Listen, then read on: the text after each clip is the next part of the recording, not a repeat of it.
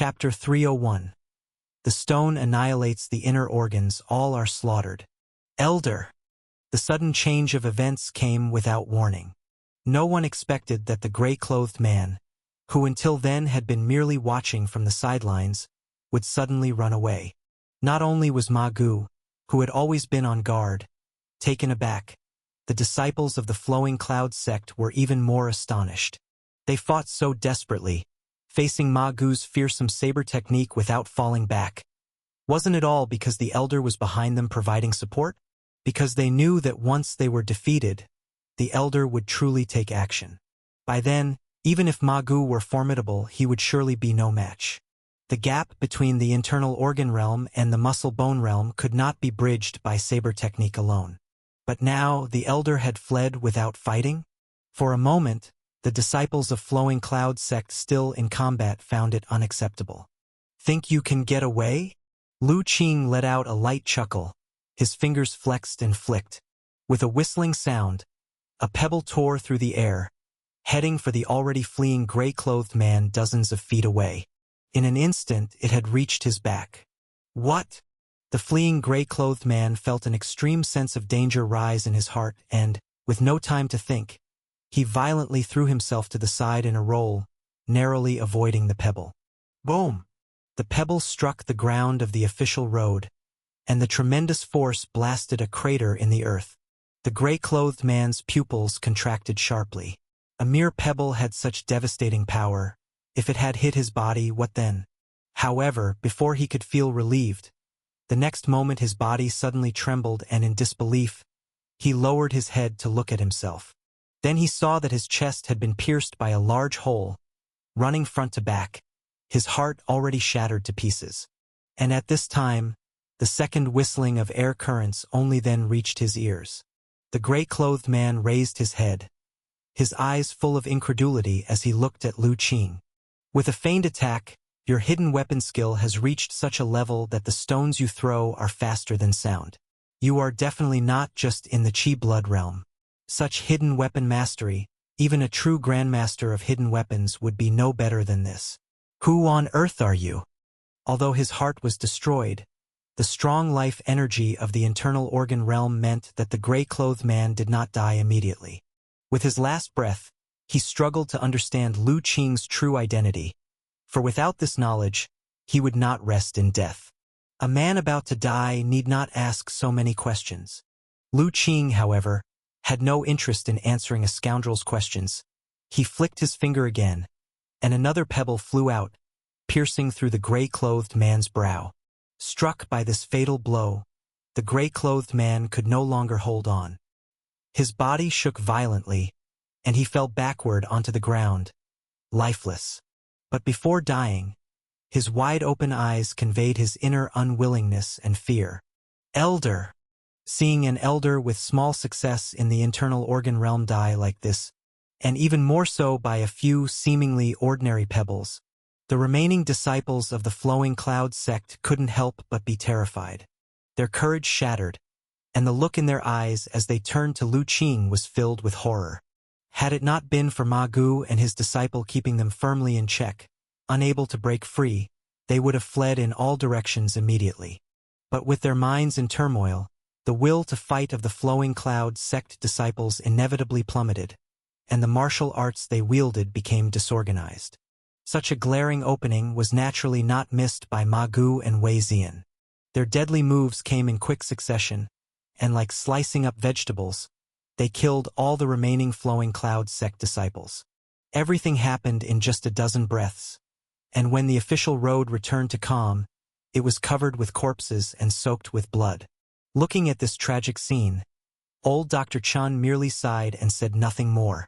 Although he disliked taking lives, he knew that for these Flowing Cloud sect disciples, who would slaughter even ordinary civilians and not spare even children, counseling was futile. Only killing could stop the killing. As for Zhao Qianlin, she had long been completely stupefied. She stared blankly at the corpses scattered on the ground.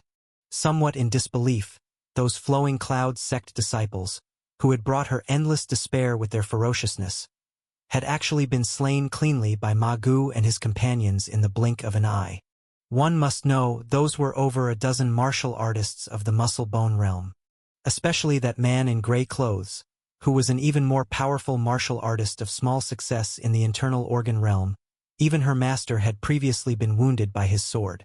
Yet just now, he had been killed by the young Master Lu with only 3 pebbles. Such an unimaginable scene made Zhao Qianlin somewhat doubt whether she was dreaming. Ha ha ha, young master. Your skill with hidden weapons has improved again. Even martial artists of the internal organ realm can hardly withstand a single pebble from you. Ma Gu, who had wiped out the enemies without a single scratch, laughed heartily. You all did well too, especially Xian. If Senior Wei knew about this, he would most certainly be very comforted. Lu Qing said with a smile. Wei Xian, praised, felt a little embarrassed and lowered his head. However, his grip on the iron staff tightened a lot.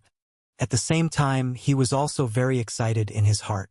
This was his first true battle against enemies, and it made him realize that he, indeed, had become much stronger than before.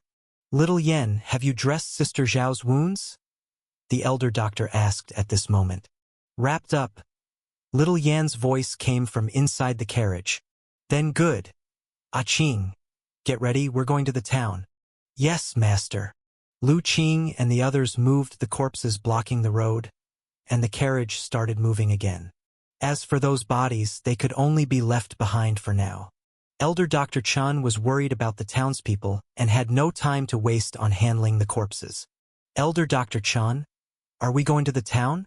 At this point, Zhao Qianlin had also come back to her senses and asked excitedly. At this moment, she knew very well that Elder Dr. Chen's party were profoundly skilled, appearing ordinary but in fact were unimaginably strong. Indeed, Miss Zhao, did you not say that the Flowing Cloud sect's disciples were rampantly slaughtering in town? We must go to stop them. Elder Dr. Chun nodded and said, Please, Elder Dr. Chun, save my master and my fellow disciples too. They have been captured by the Flowing Cloud sect's young sect master and must have suffered a lot already. If we're too late, I'm afraid they won't be able to hold on, Zhao Qianlin pleaded. Of course, we have a rather good relationship with Manor Master Fong, and we naturally wouldn't stand by and watch him suffer. Lu Qing then asked curiously, Is the young sect master of the Flowing Cloud sect also in town? Yes, that madman not only came after us personally but also brought a large group of Flowing Cloud sect disciples. Originally, while we stayed at the Taoist temple these past few days, the disciples of the Flowing Cloud sect were also staying in the town to avoid the rain. After leaving the Taoist temple, we intended to buy some food and clothing before continuing on our journey, but to our surprise, we ran into them. Young Master Lu, this young sect master of the Flowing Cloud sect, is a madman. He didn't kill us immediately because he wanted to torture us slowly first, to satisfy his appetite for cruelty. We were hiding on the side and could hear clearly why those Flowing Cloud sect disciples were wildly slaughtering the townspeople. It's because they felt that during the days they were sheltering from the rain, the townspeople didn't treat them well enough, and they had long decided to teach them a lesson. Then, their so-called lesson is to kill the people directly? The expression on Lu Qing's face became somewhat somber. Exactly. Senior Brother Dashi couldn't bear it and rushed out to fight with them. Lu Qing looked toward the town and stopped talking. But Zhao Qianlin felt an inexplicable chill spread throughout her body. She was not the least bit scared. Instead, her heart stirred with excitement. She also looked toward the town with determination on her face and silently thought, Master, Junior Sister, hold on a little longer. I'm bringing Elder Dr. Chan and the others to rescue you. Due to the urgency, Ma Gu, this time, did not drive the carriage leisurely but whipped the horses and hurried the carriage along quickly. Soon, they arrived at the town's entrance. Then, before even entering, Lu Qing and others already smelled a strong scent of blood. Several corpses lay at the entrance of the town, decapitated and gruesomely dismembered. Chapter 302. The Inverse Scale Crushed by a Foot. Elder, young master, it seems these are townspeople. Ma Gu stepped forward to inspect the several bodies and reported back. The elder doctor nodded slightly, his face growing cold. Let's go in. The carriage clattered its way into the town. Qingfeng Town at this time was a site of tragedy. The large town was silent, not a single person in sight, with only bodies lying strewn across the streets.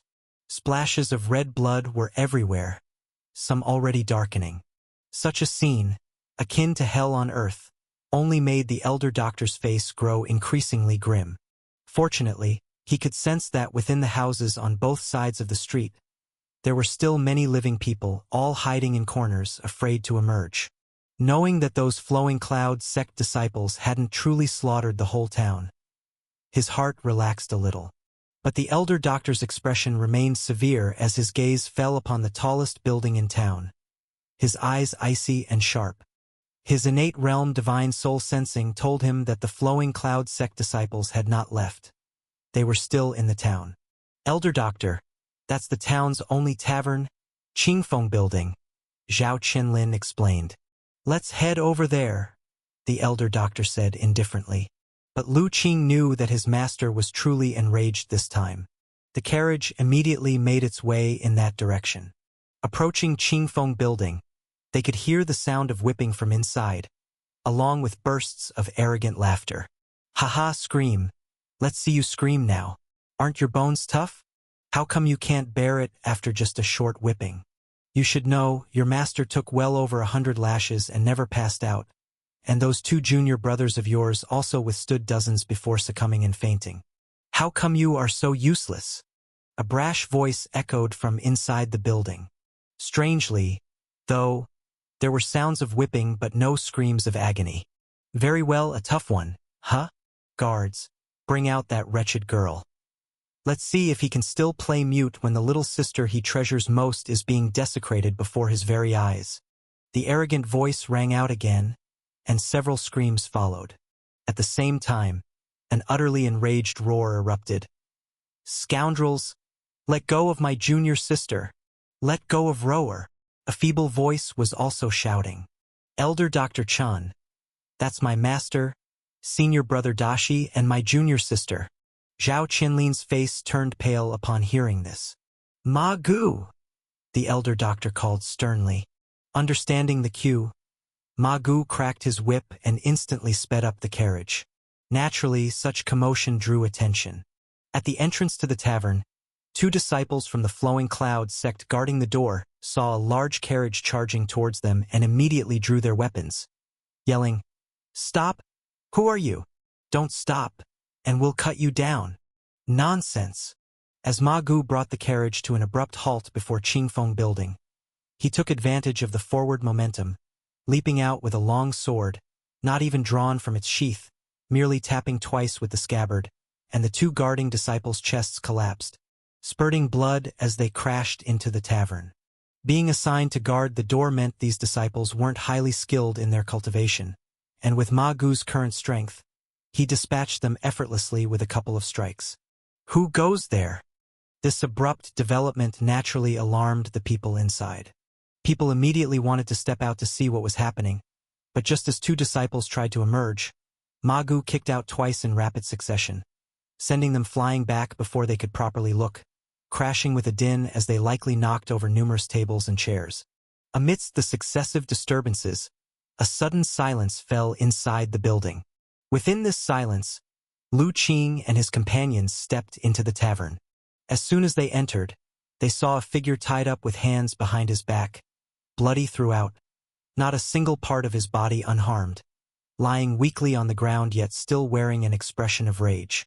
Beside him, another figure covered in whip marks stubbornly stood. Facing him, a young man with a delicate and sinister face, dressed lavishly, was holding a similarly bound girl. In the corner lay a pile of 7 or 8 corpses. Judging by their attire, they were likely the tavern's owner, the cook, and the waiters. But among them, there was one small figure that made Lu Qing and the others' eyes narrow. "Master, senior brother Dashi, junior sister," Zhao Qianlin cried out in grief. The weakened figure on the ground was indeed Fang Tao. "Junior sister Qianlin, you were captured too?" Upon seeing Zhao Qianlin, Dashi was first shocked, and spotting Lu Qing and the others, his expression changed drastically. "Did you drag Elder Dr. Chun into this?" "Sister, Mr. Lu. Elder Chun. Fong Rou also cried out. Fong Tao, we meet again. Lu Qing nodded. Elder Chun, young Master Lu? Were you also captured? Fong Tao looked astonished. Master, no. Elder Dr. Chun came to rescue us. Zhao Qianlin yelled. To rescue us? Fong Tao seemed incredulous. Quickly realizing, he urgently called out, Elder Chun. These people are very formidable. Please go. Don't worry about us. You think you can leave after killing people from our Flowing Cloud sect? At that moment, the sinister youth's chilling voice rose. So it's you, you little wretch, who found others to come to your deaths? The man who was holding Fong Rou looked at Zhao Qianlin with a cruel smile on his face. Chapter 303. But he quickly sensed something was amiss. Not right. You're here. What about Elder Hong? They are dead, Ma Gu said coldly. You must be that so-called young sect master of the Flowing Cloud sect, right? Let go of that girl in your hands, and perhaps we might let you suffer a bit less. Lu Qing ignored the effeminate youth's words and focused his attention entirely on a man behind him, 3 steps back, who was short and stout but muscular with disproportionately long arms, resembling a gorilla. The short, burly man felt Lu Qing's gaze, lifted his eyelids, and gave him a cold look. What, Elder Hong is dead? The disciples of the Flowing Cloud sect around Lu Qing were shocked to hear this. After all, Elder Hong was one of the top 3 strongest in the inner organ realm among them. The strength of these people in front of them, able to kill him, must be extraordinary. All the disciples of the Flowing Cloud sect immediately looked at Lu Qing and his companions with heightened wariness. Even that short, stout man appeared unmoved but somewhat surprised. Interesting. Hearing that Elder Hong and the others were already dead, the effeminate youth was shocked, but he quickly smirked again. So even Elder Hong fell at your hands. No wonder you dare to come here for a rescue, thinking you have something to rely on. I just wonder what your reliance is. Whether it's you 2 green kids, or this old man, or the fellow with the knife, or perhaps.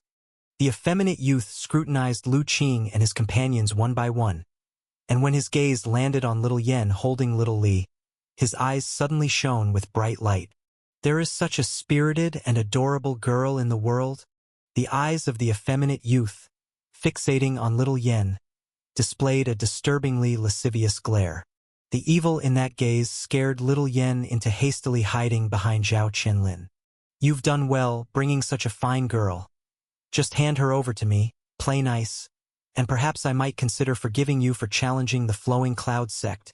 Before the effeminate youth could finish speaking, a piercingly cold murderous intent suddenly filled the hall, making everyone's body stiffen, chilling them to the bone. Even the burly man was no exception. What did you just say?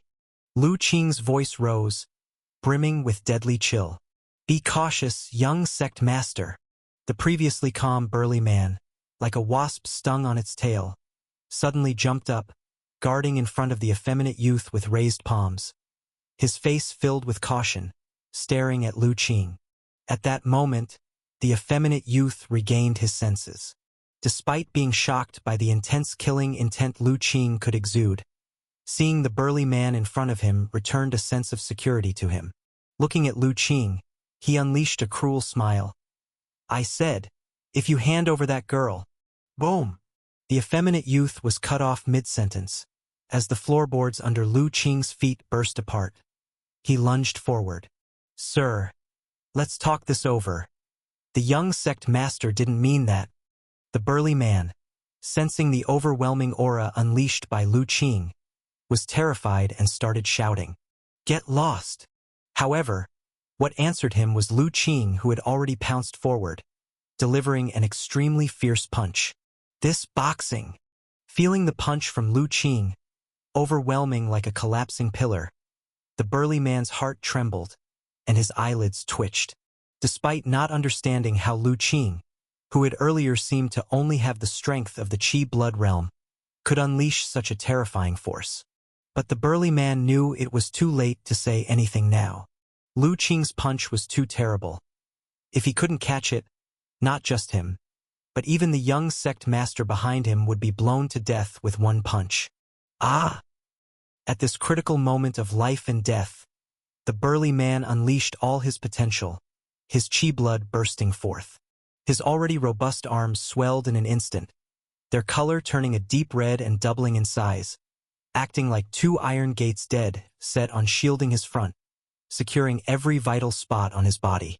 His feet gripped the ground even more firmly, shattering the floorboards as they dug in deep, solidifying his stance in the strongest defensive posture to block Lu Qing's formidable punch. Seeing the odd transformation of the short and stocky man, Lu Qing's expression remained unchanged, still stern. Even, he couldn't be bothered to change his move, and just like that, squarely, he smashed a punch onto the short and stocky man's arms. Under everyone's gaze, Lu Qing's fist, without any fanciness, collided with the arms of the short and stocky man. Then they saw. When Lu Qing's fist slammed into the arms of the short and stocky man, almost instantaneously, the short and stocky man's arms twisted and deformed, completely broke and no longer could protect his open stance, as Lu Qing's fist drove straight through, slamming into his chest. Boom!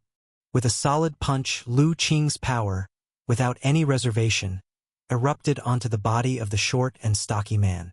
Because of their height difference, Lu Qing had used a downward force with this punch.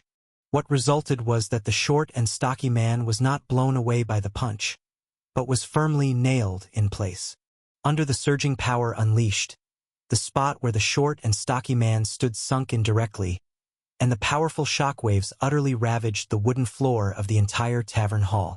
As for that short and stocky man, having endured Lu Qing's terrifying punch, he was already beyond recognition, and had died completely devoid of breath.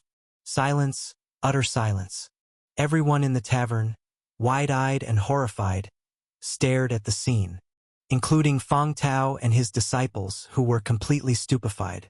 They couldn't believe that Lu Qing, filled with a murderous aura, resembling a demon, was the gentle and amicable youth who had been chatting and laughing with them in the past few days. Elder Qiu is dead?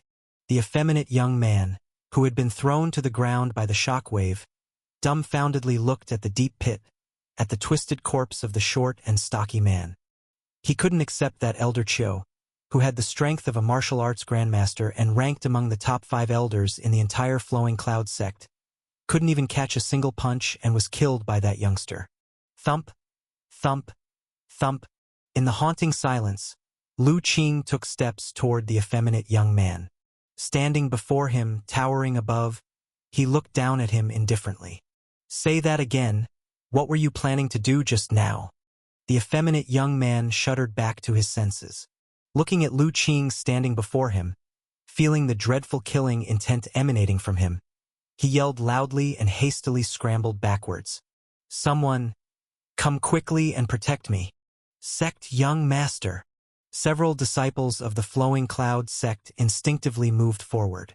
But the next moment, with a flick of Lu Qing's fingers, a few hissing sounds later, those few disciples of the Flowing Cloud sect had all been struck through the forehead and slumped dead on the spot. Such brutal methods instantly petrified the remaining disciples of the Flowing Cloud sect, leaving them frozen in fear, not daring to move again. Under the fearful gazes of numerous Flowing Cloud sect disciples, Lu Qing continued walking towards the effeminate young man. Don't kill me, don't kill me. I am the young sect master of the Flowing Cloud sect. My father is the sect master of the Flowing Cloud sect. My grandfather is the supreme elder of the Flowing Cloud sect. If you dare to touch a hair on me, my grandfather will never let you off. As Lu Qing steadily approached, the effeminate young man, now cornered against the wall with no escape, screamed wildly. His originally neat and luxurious clothes, from the earlier tumbling and scrambling, were already stained with blood and dust, disheveled and looking like a beggarly ghost.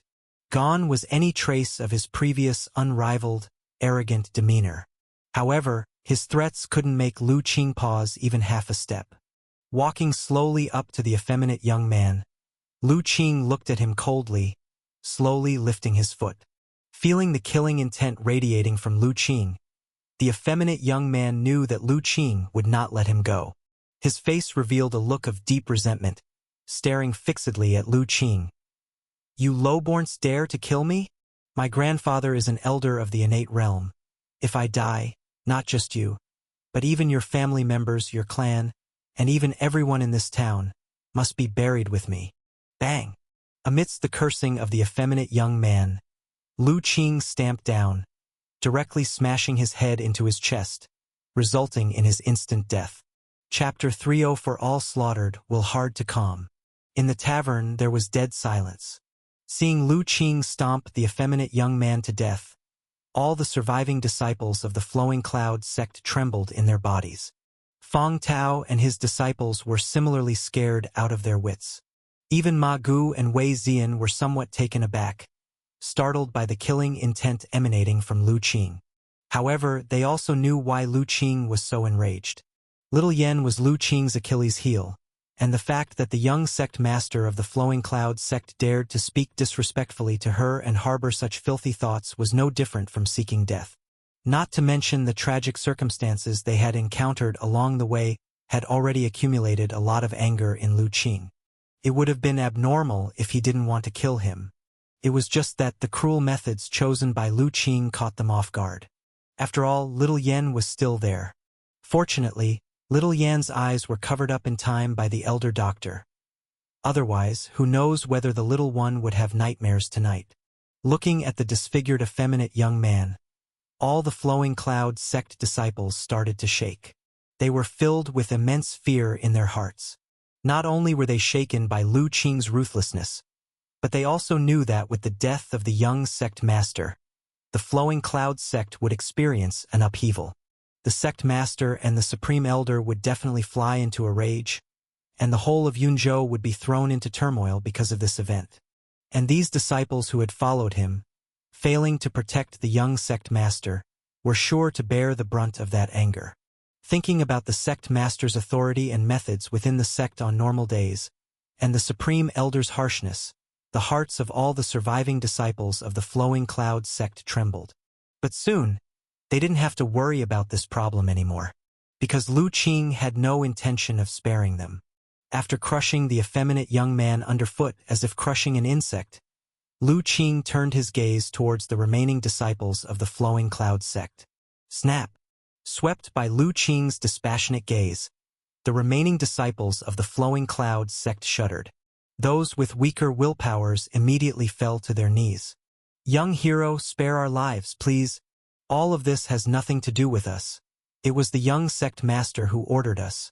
We were simply following his commands. Yes, young hero, we had no choice. If we didn't follow orders, we would be the first to die.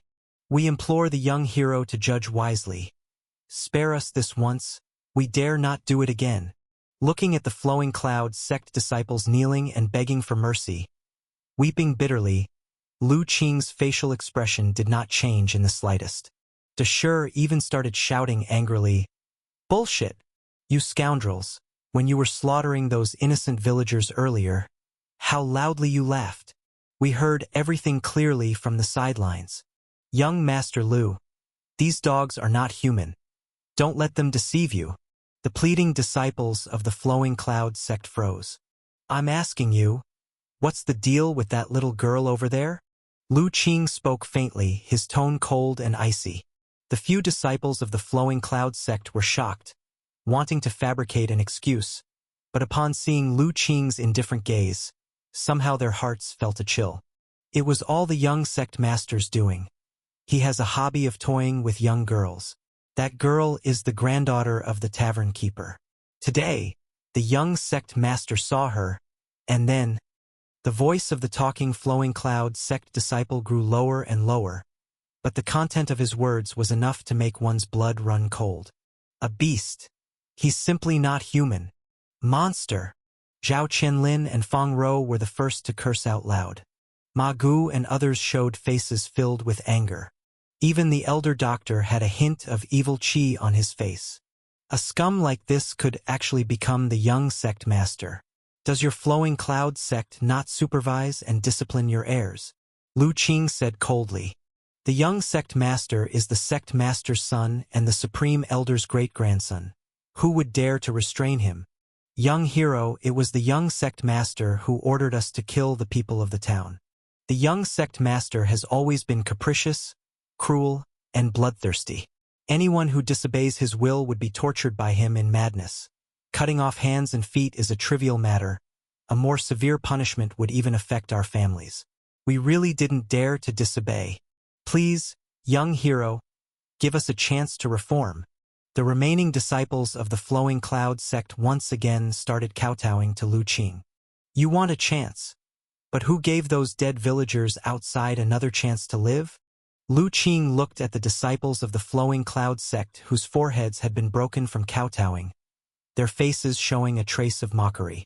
Scum like you don't deserve to live at all. Not to mention giving you a chance at life.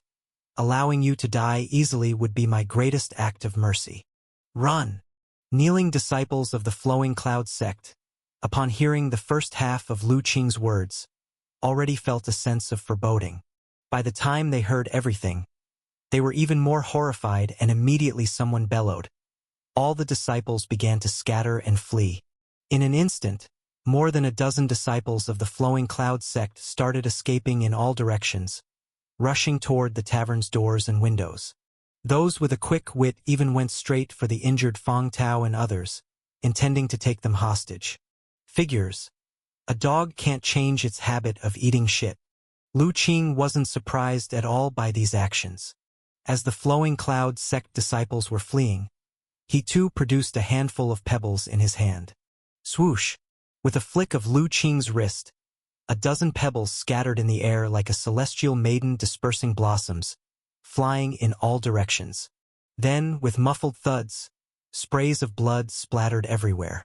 All the fleeing Flowing Cloud sect disciples, almost at the exact same time, staggered, then either fell or plunged to the ground, smashing many of the tavern's tables and chairs. On closer inspection, they were taking more breaths out than they were taking in. They had been killed by Lu Qing in an instant, with an inconceivable hidden weapon technique. Ah! One of the corpses happened to fall right in front of Fang Rou. Seeing the head of the Flowing Cloud sect disciple punctured by a pebble, with a slow leak of red and white matter, the young girl couldn't help but scream. She had originally been captured by the androgynous young man, but Lu Qing's punch that killed the stocky man was too shocking for the heart. Under the strong shockwave, the androgynous young man was only thinking of dodging to save his life, and as a result, Fang Rou was also thrown to the side. However, this throw also allowed Fang Rou to escape unscathed, not being directly affected by the blast. Therefore, aside from some bruises and contusions from the fall, she wasn't seriously injured. Seeing the dead Flowing Cloud sect disciple lying in front of her, Fang Rou's feelings were quite strange. She recognized this disciple of the Flowing Cloud sect. During the previous ambush against them, he had attacked, and her father had been severely injured by him in just a single move. Unexpectedly, such a strong martial artist was killed by just a pebble from Lu Qing. Just who was Mr. Lu, and why was he so formidable? Fang Rou looked up at Lu Qing, feeling a mix of admiration and awe. "Sister, are you all right? Are you injured anywhere?" At this time, Zhao Qianlin ran over and cut the ropes binding Fang Rou. On the other side, Ma Gu also severed the ropes on Fang Tao and Deshur. "I'm fine. Just a little bruising, nothing serious." Actually, Fang Rou could feel that the knife wounds that had only just healed over the past few days were once again oozing blood. But to avoid worrying her sister, she chose to endure the pain. After all, her father and Deshur's injuries were far more serious than hers at the moment. "Sister, what about senior brother Wang and senior brother Li?" Zhao Qianlin inquired about the other two brothers. "They're in the firewood shed. When I was dragged out earlier, they had been thrown in there, all covered in blood." Ma Gu immediately headed towards the kitchen and soon brought out two people covered in whip marks. Fortunately, the people from the Flowing Cloud sect seemed to think that they hadn't tortured the two enough and hadn't killed them. Although both were barely alive, they were not yet dead. With the elder doctor present, as long as there weren't any unrecoverable fatal injuries, even if there was only a breath left, it wouldn't be difficult to save them. While the elder doctor was treating Fang Tao and the others, Lu Qing still stood in front of the small corpse, quietly watching, his thoughts unknown. Meanwhile, Yunzhou, the flowing cloud sect, was enveloped in a terrifying pressure. It's the aura of the Supreme Elder. Who has the audacity to anger the Supreme Elder like this? Are they seeking death? Many disciples of the flowing cloud sect looked toward a certain palace with fearful anticipation, whispering among themselves. And in that palace, a figure was looking at a broken jade token in their hand, their face full of shock and rage. Xian'er is dead? Chapter 305. Without going through this ordeal, thoughts can't reach clarity. Xian'er is actually dead? A figure emitting a terrifying aura, holding a broken jade token, had a face filled with shock and anger. The jade token in his hand was a treasure he had found while exploring a mysterious cave years ago. It was an exotic treasure that, once infused with a person's essence blood, could allow one to grasp the vital breath of that person's life at any time. Of such jade tokens, he had obtained a total of 3 that year, and one of which he had infused with the essence blood of his most beloved great-grandson, Mo Xian. However, just moments ago, he discovered that the jade token, which had been infused with his great-grandson's essence blood, had completely broken apart. The shattering of the jade token signified that the life force of the owner of the essence blood had utterly vanished. In other words, his great-grandson, Mo Xian, was already dead. How could this not fill him with shock and rage? "Grandfather, what has happened to make you so angry?" At this time, a middle-aged man dressed in dark garments swept in from the outside and asked anxiously. "Xian'er is dead," the figure replied with a somber voice. "What? Xian'er is dead?" The man in dark garment gasped in disbelief. Impossible, with Elder Qiu protecting him? Who could kill him? He didn't doubt his grandfather's words, because he knew that his grandfather possessed an exotic treasure that could determine Xian'er's situation from thousands of miles away. But he also felt it was unbelievable. After all, Elder Qiu was a martial artist who had achieved great success with his inner organs, and was only a step away from the Grandmaster realm of inner organs perfection. Under his protection, who could harm Xian'er? "You're asking me? I want to ask you." The figure's aura suddenly erupted, oppressing the man in dark garment until he gasped for breath. "I've only been in closed-door cultivation for a few days, and Xian'er has run out of Yunzhou. You, as his father, don't even know." "Grandfather, I've been handling sect affairs recently. I only knew that Xian'er took a group of disciples, saying that he was going to teach someone who offended him a lesson. I didn't know he had chased out of Yunzhou." The man in dark garments' forehead sweated. Although he had reached the realm of martial arts grandmaster, he still found it difficult to breathe in the presence of his grandfather's frightening aura. Investigate immediately for me. I want to know who killed Xian'er. I will annihilate his entire family, slaughter his whole clan." With the order from the terrifying figure, all the flowing cloud sect disciples finally knew that it was their young sect master who had been killed. This shook the entire flowing cloud sect. Who didn't know how much the Supreme Elder doted on the young sect master? Now that he had been killed, no one dared to imagine just how furious the Supreme Elder must be. But everyone knew that Yunzhou was about to undergo a major upheaval. While Yunzhou was being stirred by the actions of the flowing cloud sect, in Qingfeng town, the elder doctor finally managed to stabilize the injuries of Feng Tao and the others. Ma Gu and the others were also preparing to work with the surviving townsfolk to handle the corpses. So many people had died in the town, including the flowing cloud sect disciples killed by Lu Qing. There must have been at least hundreds of bodies. It was clearly unrealistic to give all these many bodies a proper burial. Not to mention that some families had been entirely slaughtered by the flowing cloud sect disciples, leaving no one to tend to the corpses. If these many bodies were not dealt with promptly, they could easily breed an epidemic which would be even more problematic. Therefore, the best solution was to burn them all. The elder doctor was a doctor, and Lu Qing and the others had killed those evildoers, saving their lives. The townsfolk, grateful for their lives, naturally followed their instructions, although they were reluctant to bury those evildoers with their own friends and relatives. Compared to the potential dreadful epidemic, This bit of discomfort was clearly negligible. Thus, with the guidance of the townspeople, Lu Qing and the others found a barren piece of land outside the town and dug a large pit. Then, with the concerted efforts of many, they moved all the corpses from within and outside the town into the pit, afterward gathering a lot of wood and kindling to pile on top of the bodies. Of course, that alone was not enough. Among the bodies in the pit were many disciples of the Flowing Cloud sect. As martial artists with strong sinews and bones, ordinary firewood would likely struggle to thoroughly incinerate them. Therefore, after the firewood was stacked, Lu Qing took out a jade bottle and continuously dripped red medicine liquid around the perimeter of the large pit. Once an entire bottle of red medicine liquid was poured out, he took a torch, had everyone step back, and then tossed the torch into the pit. At first, everyone was unclear about Lu Qing's actions.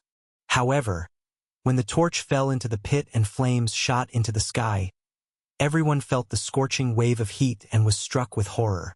If they knew, having already retreated dozens of meters, that the heat wave still made it difficult to bear, how high must the temperature inside that pit be? What exactly was that red liquid Lu Qing had poured into the pit, capable of producing such terrifyingly fierce flames? In an instant, the townspeople's reverence toward Lu Qing greatly deepened. The fire in the pit blazed for a full hour before extinguishing.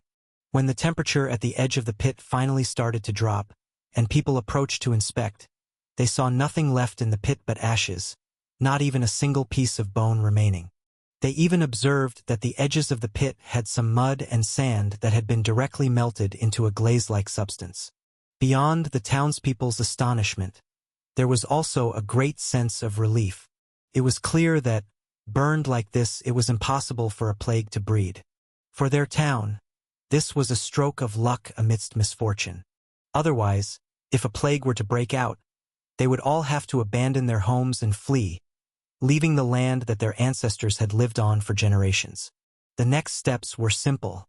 Together, they filled the pit back in and then returned to town. On the way back, Lu Qing did not speak at all. Upon returning to the inn, he remained silent and taciturn, just standing at the window, gazing into the distance, lost in thought. Ah Qing. Seeing his disciple in an unusual disposition, the elder doctor approached. "Master, my heart is troubled." Lu Qing spoke faintly. The elder doctor paused for a moment. "Is it because of that little girl?" "Not just her." Lu Qing shook his head. "I just feel that this matter should not end like this." "What do you intend to do?" "I would like to make a visit to the Flowing Cloud sect." Lu Qing looked towards the sky outside the window. "Without this journey, my mind will not be at ease, my thoughts unable to break through." "All right, then I will accompany you on this trip." The elder doctor nodded. "Master!" Lu Qing turned around in surprise. "Don't look at me like that. Do you really think your master is one of those pedantic men who treat every person the same, regardless of whether they are good or evil?" The elder doctor chuckled softly, though his smile seemed somewhat cold. He turned to gaze at a bloodstain in the corner. That was precisely where the small figure had once stood. "Although I am a doctor, that does not mean I am only a doctor."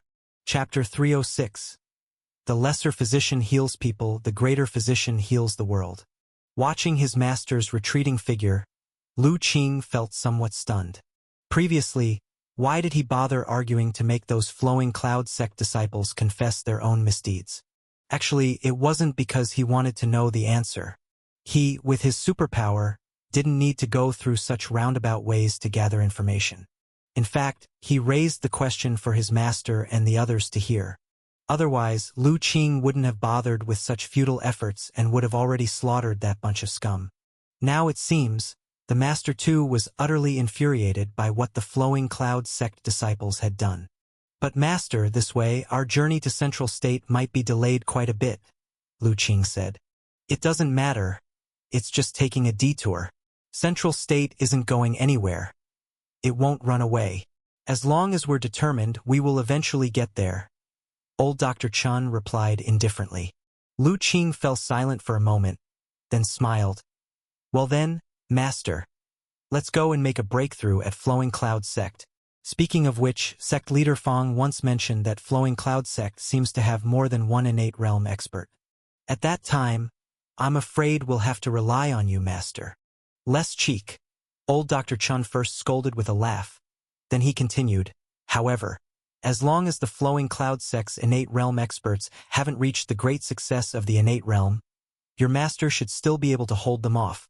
Lu Qing was taken aback for a moment. Then, after a while, he spoke. Master, you seem to have changed a bit. If it were the master from before, he would not have said such confident words.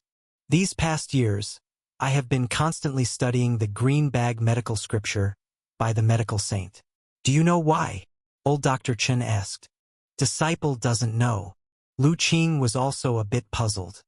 Given his master's present level of medical expertise, he had long surpassed that legendary medical saint, perhaps even more so. After all, according to the rumors, that medical saint didn't seem to have reached the innate realm. Lu Qing had also studied the Green Bag Medical Scripture, and while the medical theories inside were indeed profound, in his current view, there was nothing particularly mysterious about it. It didn't seem worth it for his master, an innate realm expert, to study for so long. The Green Bag Medical Scripture, left by the medical saint, not only records many excellent prescriptions, but also includes many of the medical saint's reflections on our role as doctors. There is one sentence that I didn't pay much attention to in the past, but today, I have gained a deep understanding of it, old Dr. Chan said with a sigh. What is it, Master?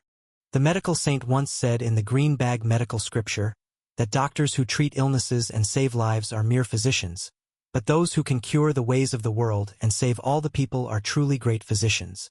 A certain emotion appeared in old Dr. Chen's eyes. This old man in this lifetime will only treat illnesses and save lives. Whether a small-time physician or a great healer, it doesn't matter much to me. But what I saw and heard today has made me realize that this world is indeed in chaos. The cunning and malice in people's hearts have reached an incurable level. In such a world, your master doesn't have the power to heal, but at the very least, we can seek justice for the townspeople who died tragically in Qingfeng town. We can cleanse some of the festering sores of the world and excise a bit of its cancer. Watching the determination on his master's face, Lu Qing was stunned. All right, after I treat sect leader Fong and the others' injuries and ask about the situation in Yunzhou, we will prepare to hit the road. Old Dr. Chan turned and left, leaving Lu Qing standing there, staring blankly at his master's back. What did you say? Elder Chun, young Master Lu, you're going to Yunzhou. When Fong Tao and his disciples found out that Elder Chun and the others were preparing to go to Yunzhou, they were all shocked. Elder Chun, you've just killed the young sect master of the Flowing Cloud sect and so many disciples. The Flowing Cloud sect is famously protective of their own. They certainly won't let this go. If you go to Yunzhou now, won't you be walking into a trap? Fong Tao said anxiously. Yes, young Master Lu, that young sect master was the great-grandson of Flowing Cloud sect's supreme elder and also the sect master's son. Killing him was like directly slapping the face of the Flowing Cloud sect. Going to Yunzhou now is far too dangerous. Deshur, covered in bandages, also persuaded them. As for Fong Ro and the others, they likewise showed an urgent expression. Sect leader Fong, I think you may be overly concerned, Lu Qing said with a smile. The Flowing Cloud sect doesn't yet know about what happened here. How could they give us trouble for it? We're going to Yunzhou on urgent business. Once that's taken care of, we will leave immediately, not lingering. Please don't worry, sect leader Fong. Hearing this, Fong Tao reacted. That's right, the disciples from the Flowing Cloud sect who came to hunt them had all been killed by Lu Qing and his party. Not a single one was left to report back. How could they know about Lu Qing and his group? Nonetheless, although this reasoning was a bit far-fetched. But Lu Qing and his group insisted on going to Yunzhou at this time. Fong Tao still felt something odd. Elder Dr. Chun, since that's the case, let Fong be your guide back home. I am quite familiar with Yunzhou, and I know a thing or two about the various sect forces there. With my guidance, it should not be difficult to avoid the people from the Flowing Cloud sect. Fong Tao thought for a while and suggested, There's no need for such trouble, Sect Master Fong. You still have injuries and need to rest quietly. It's best not to exert yourself too much. Moreover, our carriage is cramped and I'm afraid it cannot accommodate another person.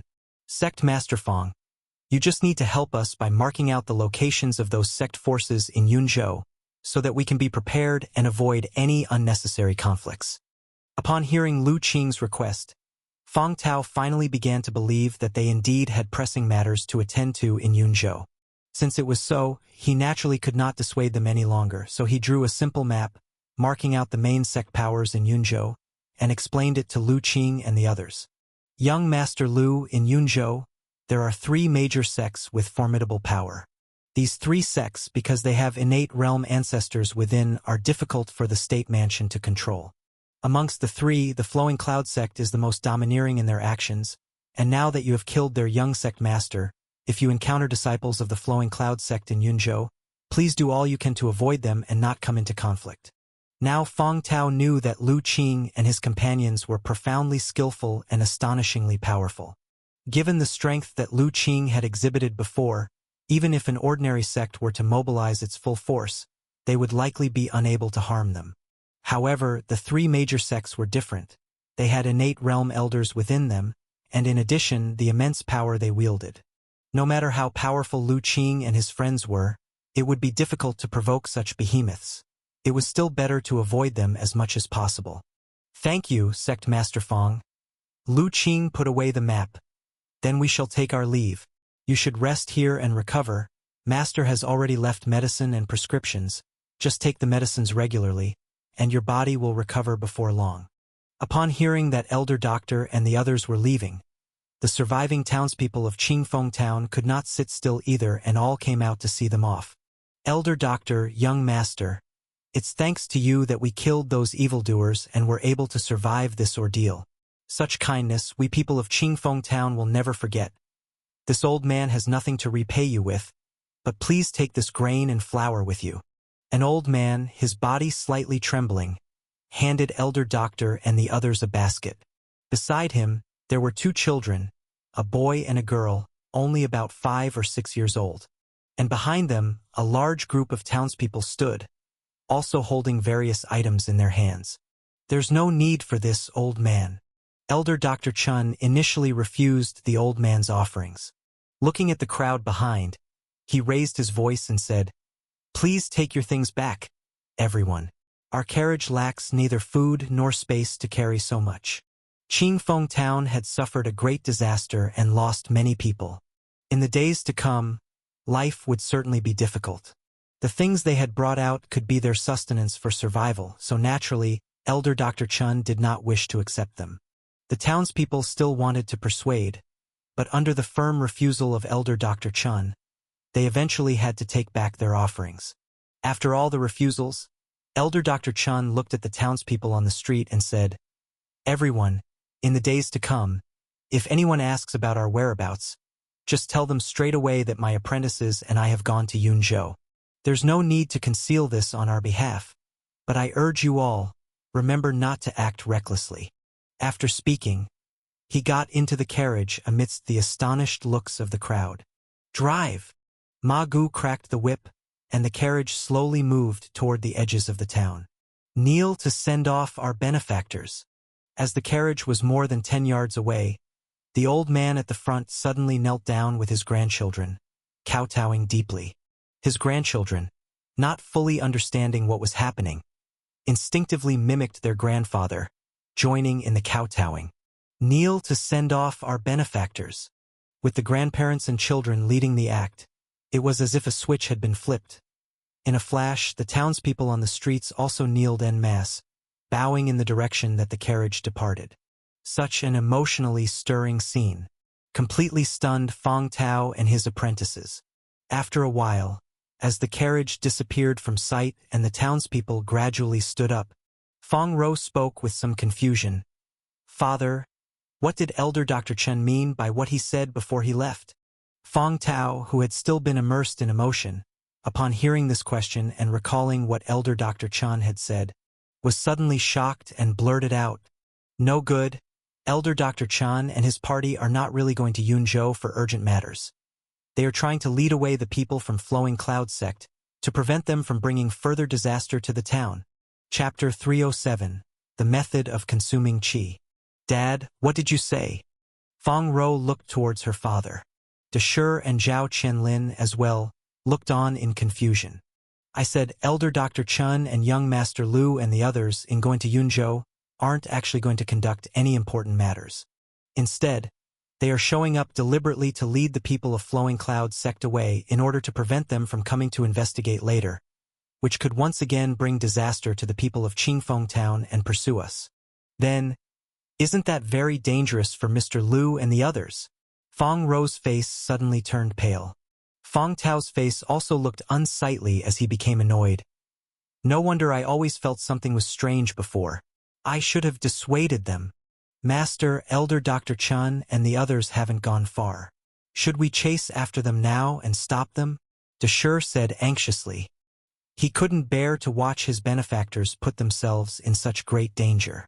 It's useless. Fang Tao shook his head. Once they have made their decision, it's not something we can persuade them against.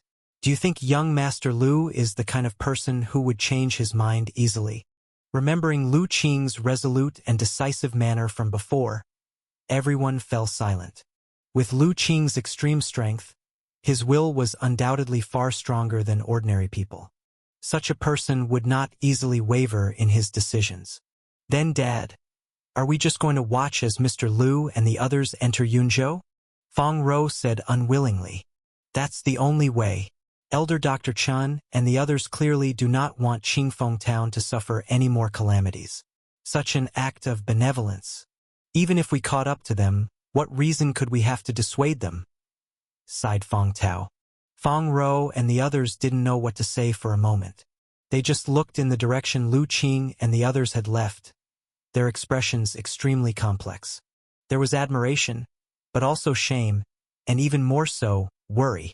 Lu Qing and the others did not know that Fang Tao had already guessed their purpose in heading to Yunzhou. After leaving Qingfeng Town, they followed the map that Fang Tao had given them and headed towards Yunzhou. In the evening, when they stopped in a valley on the roadside to cook and rest, Lu Qing approached the elder doctor. Master, I have something I want to discuss with you. The elder doctor nodded, and the two walked to the other side of the valley. Once they were far enough away, the elder doctor said, Ah Qing, what do you want to discuss? Lu Qing said, Master, as you can feel, the world has changed. There seems to be an indescribable and strange energy of will power in the world now. Isn't there? Indeed, the elder doctor nodded. This energy of will is lively and full of vitality, seemingly even more mystical than the heaven and earth primordial qi. I can feel that if we could absorb and refine it, it would be extremely beneficial for cultivators. However, when I tried to capture it, I couldn't do so successfully. If I'm not mistaken, that should be spiritual energy. To absorb and refine spiritual energy, 2 prerequisites are needed, Lu Qing said. What are the prerequisites? Asked the elder doctor. He wasn't surprised as to why Lu Qing knew these things. He knew that Lu Qing had received some mysterious inheritance and knew much more about ancient times than he did. The first prerequisite is that one needs to have reached the innate realm where the qi acupoints are opened. The second is to know a unique qi refining method, which the ancient cultivators called the qi eating skill. Qi eating skill? The elder doctor realized. No wonder. It turns out you need a unique cultivation method to refine spiritual energy. It's not surprising, given how mystical and beneficial the spiritual energy is to the human body, that it's not easy to refine. Master, I happen to have a qi eating skill here. I'm not sure if it's suitable for you, but why don't you take it and contemplate it to see if there's any benefit? Ah Qing, you know the qi eating skill? Now, the elder doctor was truly surprised. This qi eating skill is one of the inheritances I obtained in the cave where I found the earth vein spirit liquid. I never thought I'd use it in this lifetime, but now that the spiritual energy has recovered, it finally has a place to be used. But, since it's the inheritance you received, is it appropriate for you to teach it to your master? The elder doctor hesitated. It's okay. There was no requirement in the inheritance that a disciple must not pass it on to others. And besides, Master, you are not an outsider, so there is no prohibition. Even if there were prohibitions, Lu Qing wouldn't care. What he intended to teach his master was actually the inheritance he had obtained from the leaving fire tripod. Who I pass the cultivation technique to is still up to me. Since that's the case, I shall shamelessly ask for your guidance, old man. Hearing Lu Qing say that it was not taboo, old Dr. Chun also set his mind at ease. Besides, he was curious how miraculous a cultivation technique that could refine spiritual energy could be. Master, please concentrate and clear your distracting thoughts to prepare for receiving the cultivation technique, Lu Qing suddenly said solemnly. Seeing this, old Dr. Chen's expression also turned serious and he nodded slightly. The mentor and disciple began to face each other, sitting cross-legged on a large rock in the valley. Master, please forgive your disciple's impudence. After old Dr. Chun had completely calmed his heart and spirit, Lu Qing extended a finger and gently touched it to his master's forehead. Despite being surprised, out of absolute trust in his own disciple, old Dr. Chan didn't move and allowed Lu Qing's finger to touch his forehead. Then, the next moment, a very surprised expression appeared on his face. However, old Dr. Chan couldn't say anything before he closed his eyes and quietly received the information transmitted by Lu Qing. After a while, when all the information had been received and Lu Qing's finger was withdrawn, old Dr. Chan opened his eyes and looked at Lu Qing in astonishment. It's like a sudden enlightenment, divine soul transmission. Ah Qing, your divine soul power has grown this strong? Old Dr. Chan couldn't help being astonished because, from their recent contact, he realized that Lu Qing's divine soul power was even stronger than his own. At least Lu Qing had just shown a divine skill that he himself couldn't perform now. But his own disciple hadn't even broken through to the innate realm yet. Disciple has encountered some opportunities recently which have greatly enhanced my divine soul power, Lu Qing said with a smile. Old Dr. Chun was speechless. He found it hard to imagine what kind of encounter could allow a postnatal realm martial artist to possess a divine soul power far stronger than that of an ordinary innate realm. Could this be the terrifying aspect of a so-called child of fate? Involuntarily, old Dr. Chun started to believe what Wei Shanhai often mentioned, that his own disciple being a child of fate wasn't without reason. Master, I have now completely transferred the water-swallowing breath technique to you. Please try to comprehend it and see if you can glean anything, Lu Qing continued with a smile. Old Dr. Chun nodded, closed his eyes, and began to contemplate the cultivation technique Lu Qing had taught him. Seeing his master earnestly contemplating the technique, Lu Qing's eyes finally showed a trace of fatigue. Transferring the cultivation technique to his master seemed simple, but it was not easy. A method like divine soul transmission was usually something only martial arts experts above the great success of the innate realm could use. It was only because he had formed the divine soul talisman, reached the second level of the qi refining method at the Honglu Temple, and understood various techniques of employing divine soul power that he could barely execute it. However, after transferring the technique, he couldn't help feeling somewhat exhausted. He didn't want his master to notice, so he pretended as if nothing had happened. Now that his master was entering the cultivation state, his exhaustion surged forth. Fortunately, Lu Qing had the Earth Spirit Pearl. In the acupoint of his forehead, the Earth Spirit Pearl was slowly rotating. Each rotation alleviated a portion of Lu Qing's spiritual fatigue. After several dozen breaths, he felt completely relieved of his mental exhaustion. Not only that, he keenly noticed that as the fatigue dissolved, the resilience of his divine soul power seemed to have also strengthened slightly. Lu Qing thought to himself, a contemplative look crossing his face. However, he quickly dismissed these thoughts, because he sensed that the spiritual energy in the surrounding space suddenly fluctuated. And the source of this disturbance was coming from his master. Chapter 308 Breakthrough, Spiritual Power and Innate True Qi. Master indeed has unrivaled innate talent.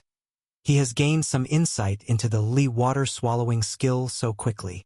Lu Qing felt the fluctuations of spiritual energy in the surrounding space, somewhat surprised.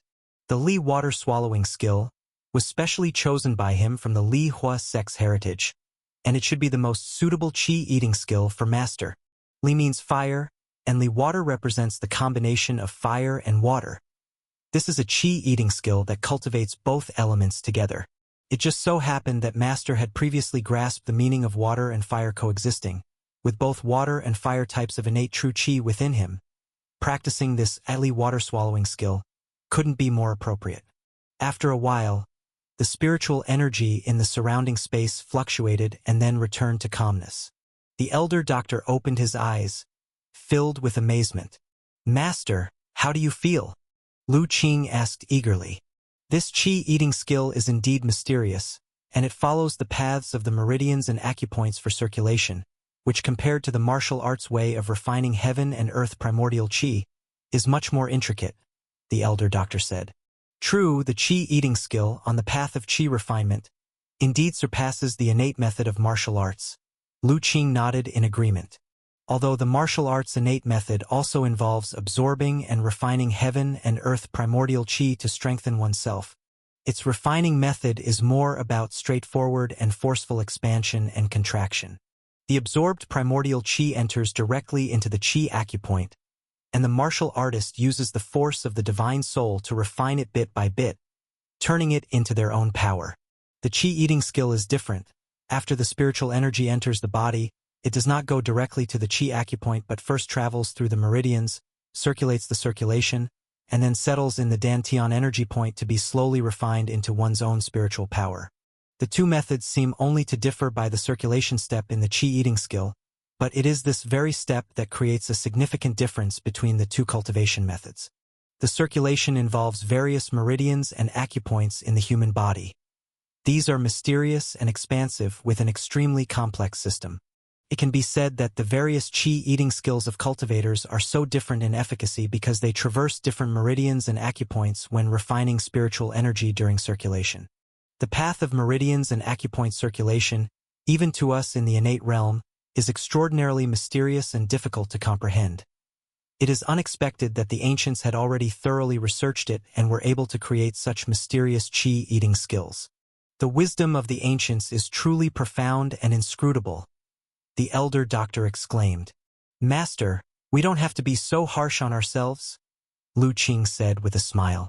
This qi-eating method appeared in the era when the cultivation era's ancient spiritual energy was at its height.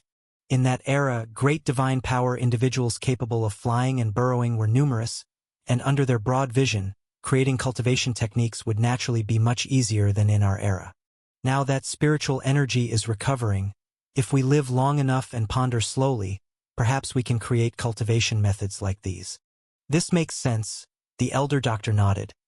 The ancients might have been formidable, but that doesn't mean modern people can't match them. Otherwise, in the field of medicine, we wouldn't have been able to accumulate so many prescriptions and medical theories to benefit the world. Right, Master? How do you feel after just comprehending the Li water-swallowing skill? Can you now absorb and refine spiritual energy? It's not that fast. The elder doctor shook his head. This Li water-swallowing skill is exceptionally mysterious. I've only just gained a slight understanding.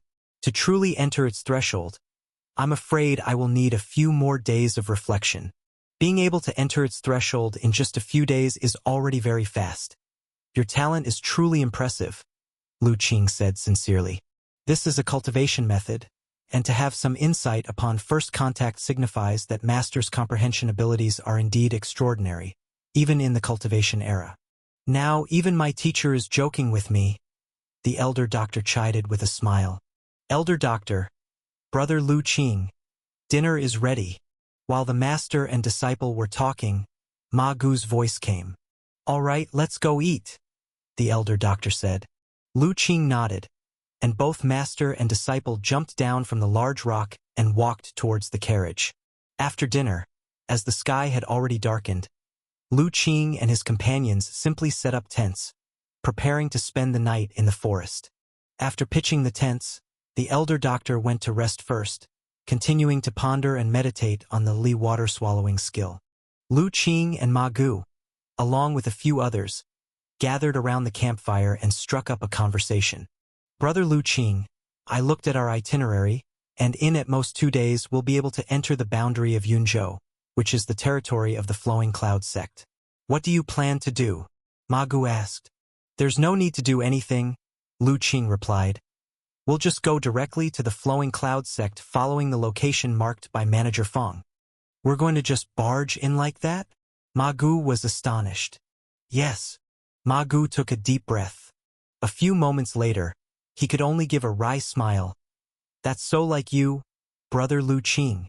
He had originally thought Lu Qing and the Elder Doctor had some detailed plan, but it turned out their method was to simply force their way through.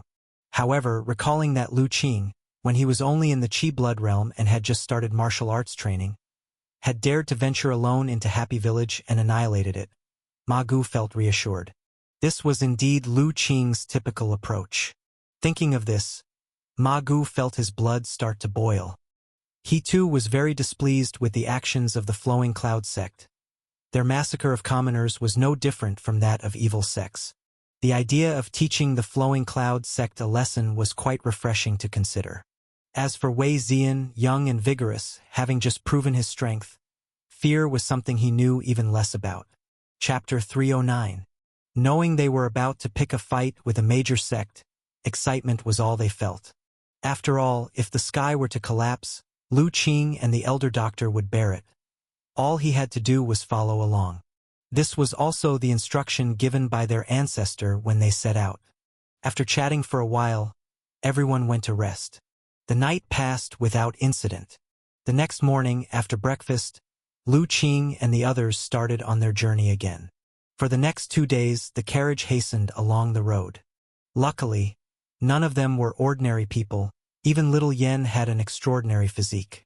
Otherwise, they really might not have been able to withstand such a relentless journey. On the 3rd morning, after preparing breakfast early, Lu Qing saw that his master had not yet come out. He went to the side and began performing nourishing body boxing to limber up. Little Yen, who had also risen early, followed his movements on the side.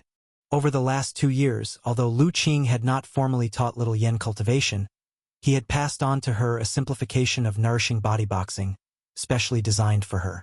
This simplified nourishing body boxing did not involve overly complicated movements or the need to engage Qi blood in practice. It only required practicing along with the rhythm of breathing. However, the effects of the exercise were quite good, particularly suitable for children to build a foundation, created specifically by Lu Qing for little Yen. The 2 siblings practiced the boxing earnestly, while little Li lay lazily on a nearby stump watching them. As for Ma Gu and his disciple, they were also practicing their skills on the other side of the forest. Ever since the refinement of the Earth Spirit Pearl and being nurtured by this Earth element treasure, my physical body and divine soul have been slowly strengthening, nearly doubling in power, and this growth has not yet ceased. I really don't know, once it reaches the limit, just how strong my physical body and divine soul will become. As he practiced boxing, Lu Qing contemplated the changes in his own body. In recent times, nurtured constantly by the Earth Spirit Pearl, his physical capabilities and divine soul power had greatly enhanced, almost double the strength from before. Even so, he had not yet felt any decrease in the rate of enhancement. With this, Lu Qing hardly dared to imagine just how powerful he would become once this transformation reached its limit. By then, he probably wouldn't need to enter a state of perfect eruption. With his body's strength alone, he could wrestle with someone in the innate realm. After practicing boxing for a while, just as Lu Qing was wondering why his master was getting up later than usual today, suddenly, he felt the surrounding spiritual energy growing restless, quickly converging towards a certain location. And that place was precisely where his master's tent stood. Has master made a breakthrough? Lu Qing was extremely surprised and immediately stopped practicing to go to his master's tent. In his divine soul sensing, the spiritual energy within about a mile was drawn and gathered into the tent. And from inside the tent, a powerful aura was rising, unreleased but astonishing. After a while, the presence inside the tent gradually subsided and returned to calm. The curtain was lifted, and the Elder Doctor came out. The moment he saw the Elder Doctor, Lu Qing's eyes brightened. His master emanated a vague aura, elusive and indeterminable, with a peculiar quality compared to before. Master, have you had a breakthrough? Indeed, the elder doctor nodded. After several days of contemplation and some fortunate insights, I finally managed to absorb and refine spiritual energy, cultivating a strand of spiritual power. Hearing this, Lu Qing's heart filled with joy. He immediately activated his superpower, gazing intently at his master. Out of respect for his master, Lu Qing rarely used his superpower to probe information about him. However, this breakthrough of his master was extraordinary, and he could not help but investigate. Then he saw a rich golden superpower light emerge from his master. Chen Songqing, an exquisite medical skills, kind-hearted, respected by people, a very good elder doctor. Cultivation, innate minor achievement peak, water and fire attribute true qi. Endowed with merit power, which can attract fortune and avert disaster, with profound luck. Astonishing aptitude, innate domain minor achievement. Understanding the harmony of water and fire, controlling water and fire innate true qi. Mutually reinforcing, the speed of cultivation increased greatly, and the power ascended significantly. The beginnings of the Tao Foundation have become apparent, possessing water and fire spiritual powers. Indeed, he had cultivated spiritual power. And not just spiritual power, but his cultivation had also broken through to the peak of innate minor achievement, and he was only a step away from the innate great success realm. Master, what difference do you feel between this spiritual power and the innate true qi? Lu Qing asked. The elder doctor pondered for a moment. He said, in terms of might, spiritual power is even stronger than innate true qi. Of course, the difficulty of cultivating it is also greater. Moreover, perhaps due to the changes in heaven and earth, I can feel that the connection between spiritual power and the heaven and earth laws is somewhat closer. I see.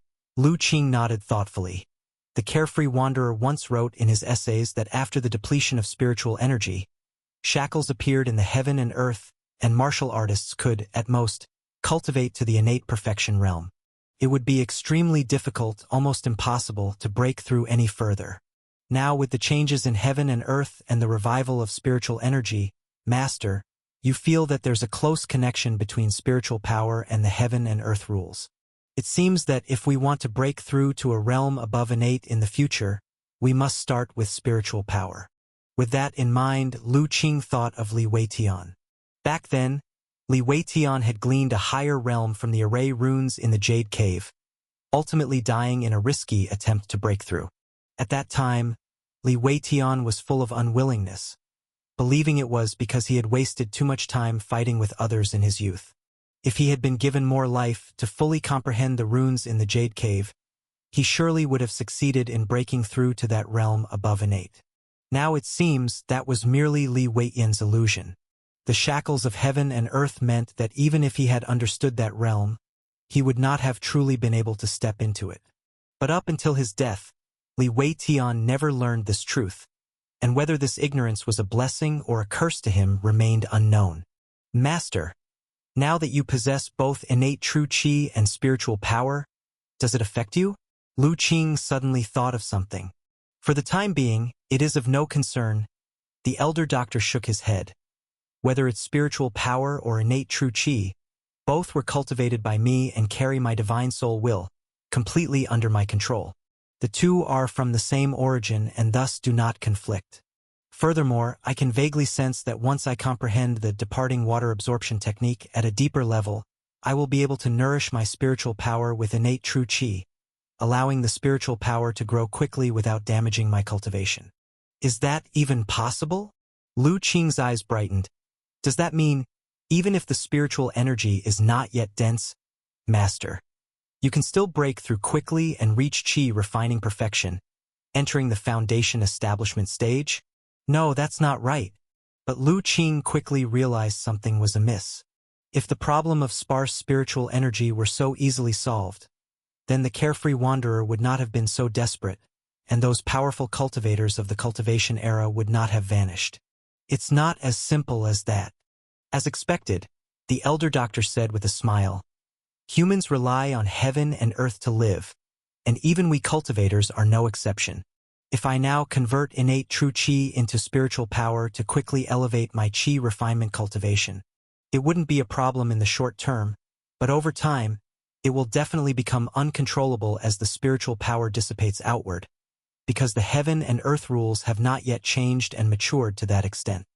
I understand it's like a person in a dry and hot desert.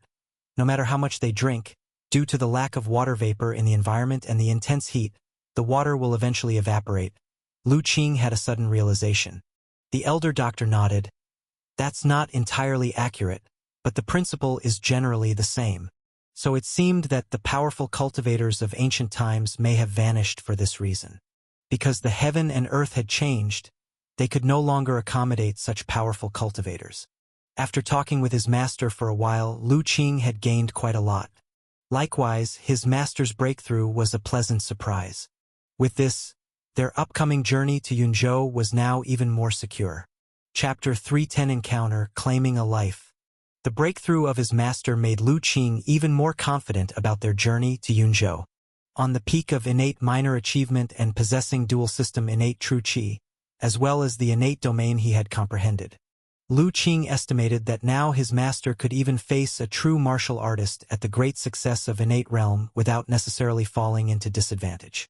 The innate realm practitioners of the Flowing Cloud sect were strong, but he thought it was unlikely they had anyone at the exaggeration of great success in the innate realm. Otherwise, the Flowing Cloud sect wouldn't be just one of the three major sects in Yunzhou. After having breakfast, Lu Qing and his crew continued on their way.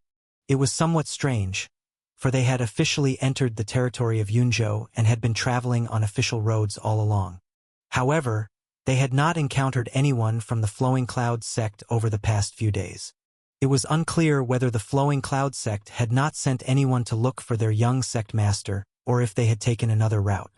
If it was the latter, it would not be good news for Lu Qing and his company. As Lu Qing thought about whether to find an excuse to go back and check the situation, his expression suddenly changed, and he looked ahead.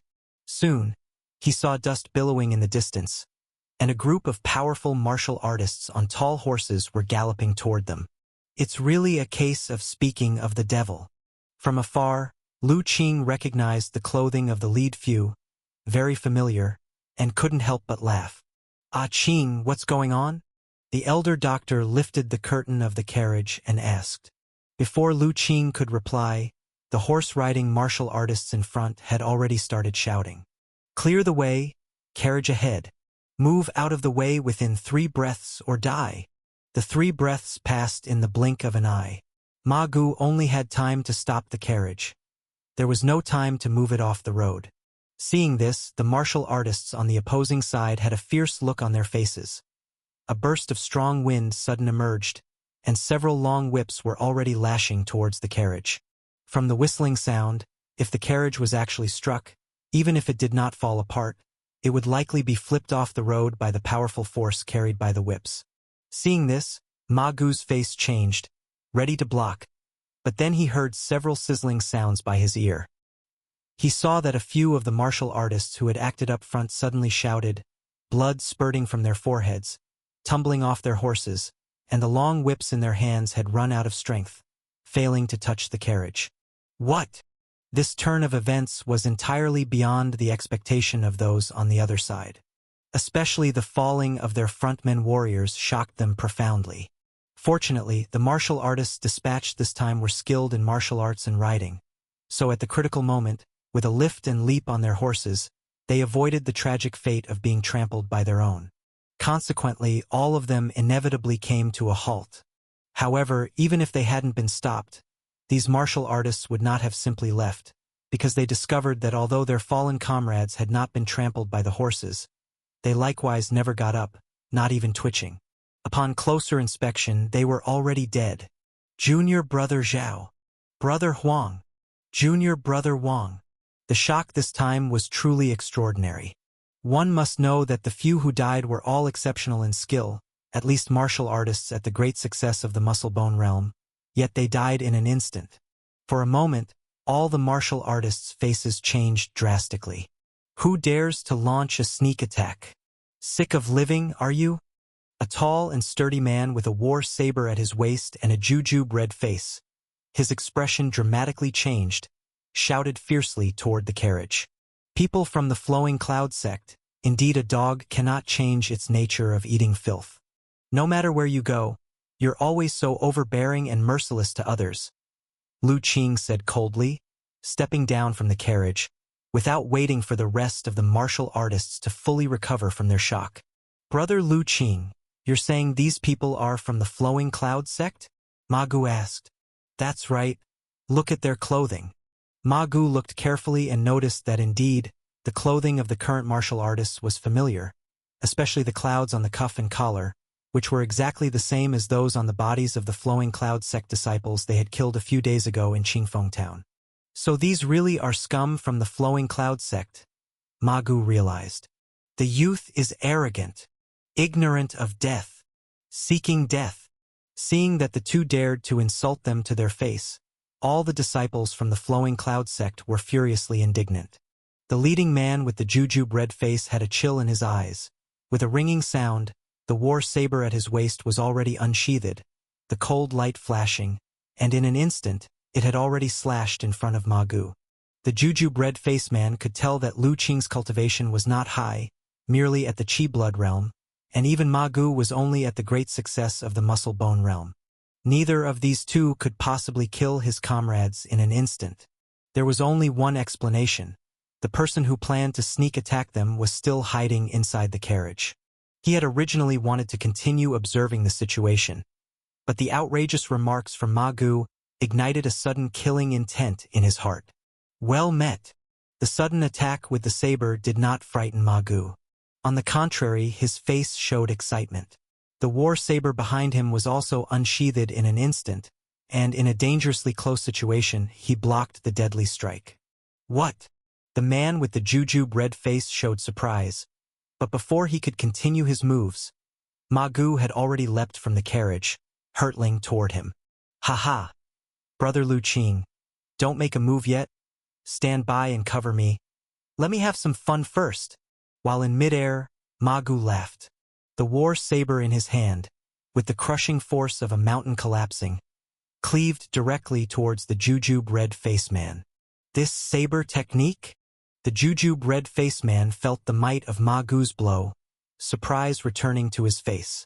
Without time for further thought, he forcefully kicked off the back of his horse, retreating backward. Chapter 311. Whoosh! The pungent scent of blood wafted through the air as Ma Gu's ferocious strike cleaved a tall horse in half at the waist. Having killed a horse with a single slash, Ma Gu didn't pause. He tapped the ground lightly with his foot and charged toward the jujube red-faced man with another swing of his saber. Brother Ma, be careful. Your opponent is a grandmaster with great success in the internal organs realm. Lu Qing offered a word of caution. Yet there was no worry visible on his face. Hearing Lu Qing reveal his level of cultivation, the jujube red-faced man, who had hoped to conceal his skill to guard against the mysterious hidden weapon expert in the carriage, was shocked once more. But as he retreated, he suddenly stopped in his tracks. A fierce look appeared on his face, and a powerful aura erupted from him as the war saber in his hand surged in speed. Cling! A shrill clash of metal rang out, and amidst the violent expulsion of strong energy, Ma Gu's lunging body was suddenly flung backward. Think you can escape?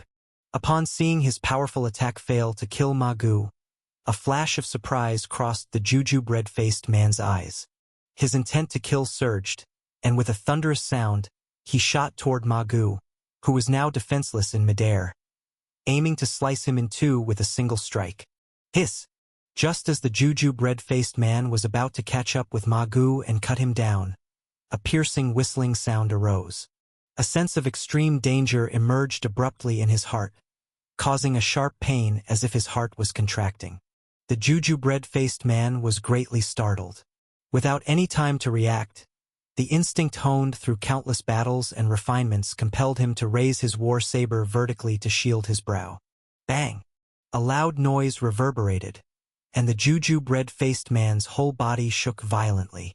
Not only did his forward momentum come to a complete halt, but he also staggered backward several steps before barely managing to stabilize his stance. Once he steadied himself, he looked at the war saber in his hand, a look of horror in his eyes. The wide blade, for which he had paid a great price to acquire, was now bent and misshapen. At the point of bending, a clump of exploded stone powder stuck to it, almost piercing through the saber. Elder Hong. The other disciples of the Flowing Cloud sect cried out in alarm. Not bad, being able to block my pebble. Lu Qing was a bit surprised to see the Jujube red-faced man block the attack. Brother Lu Qing, this red-faced guy's saber technique is really fierce. I'm no match for him. Ma Gu, who had landed safely with a somersault, lamented. At that moment, his hands gripping the saber were trembling slightly, and blood oozed from his tiger's mouth, the result of being injured during the clash.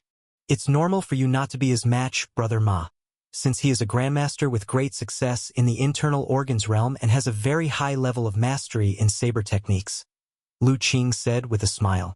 In fact, if it wasn't for Ma Gu's mountain and sea blade, personally taught by Wei Shanhai, a grandmaster of the innate realm, he probably wouldn't even be able to block a single strike from his opponent. Who exactly are you? And why have you picked a quarrel with our Flowing Cloud sect? The Jujube red-faced man suppressed the tumultuous chi blood within his body and looked at Lu Qing with a face full of shock. At this point, how could he not realize that he had misjudged earlier?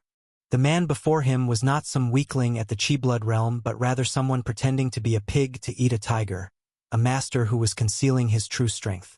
To be able to destroy his 1,000 refinement treasure blade with a mere pebble and shake his chi blood to the point of nearly dispersing it. Such a master would be at least a martial arts grandmaster or an even higher unparalleled martial artist. Not someone they could afford to provoke right now. Recalling the attitude Lu Qing and Ma Gu had shown earlier when they mentioned their sect, the Jujube red-faced man inwardly groaned. It seemed that this mysterious person had a strong dislike for their Flowing Cloud sect. Flowing Cloud sect? I thought you truly didn't care about your young sect master. But your response has been rather slow, only appearing now. Lu Qing looked indifferently at the Jujube red-faced man, a cold light glinting in his eyes as he read the title above the man's head. Your Excellency knows our young sect master? The Jujube red-faced man put on a look of surprise, but inside, he felt a chill run down his spine. Because he knew that their young sect master was dead, a fact expressly revealed by the Supreme Elder. These people now bringing up the young sect master. Could it mean, I do know of him, yet just a few days ago, I slaughtered him. Run for your lives. Hearing these words, the man with the date-red face felt a chill surge in his heart and immediately shouted at the top of his lungs. At the same time, his body rapidly retreated. The other disciples of the Flowing Cloud sect were still in shock, but the next moment, they only heard successive hissing noises as one after another. They felt a pain in their foreheads and lost consciousness. The date-red-faced man kept an eye on the movements behind him as he fled. Seeing his disciples being shot down one by that young man with his terrifyingly lethal pebble-hidden weapons, his heart trembled with fear. Biting his teeth, his aura suddenly surged, and his speed of escape drastically increased. He did not hesitate to consume his primordial chi, employing an explosive secret technique to begin his escape.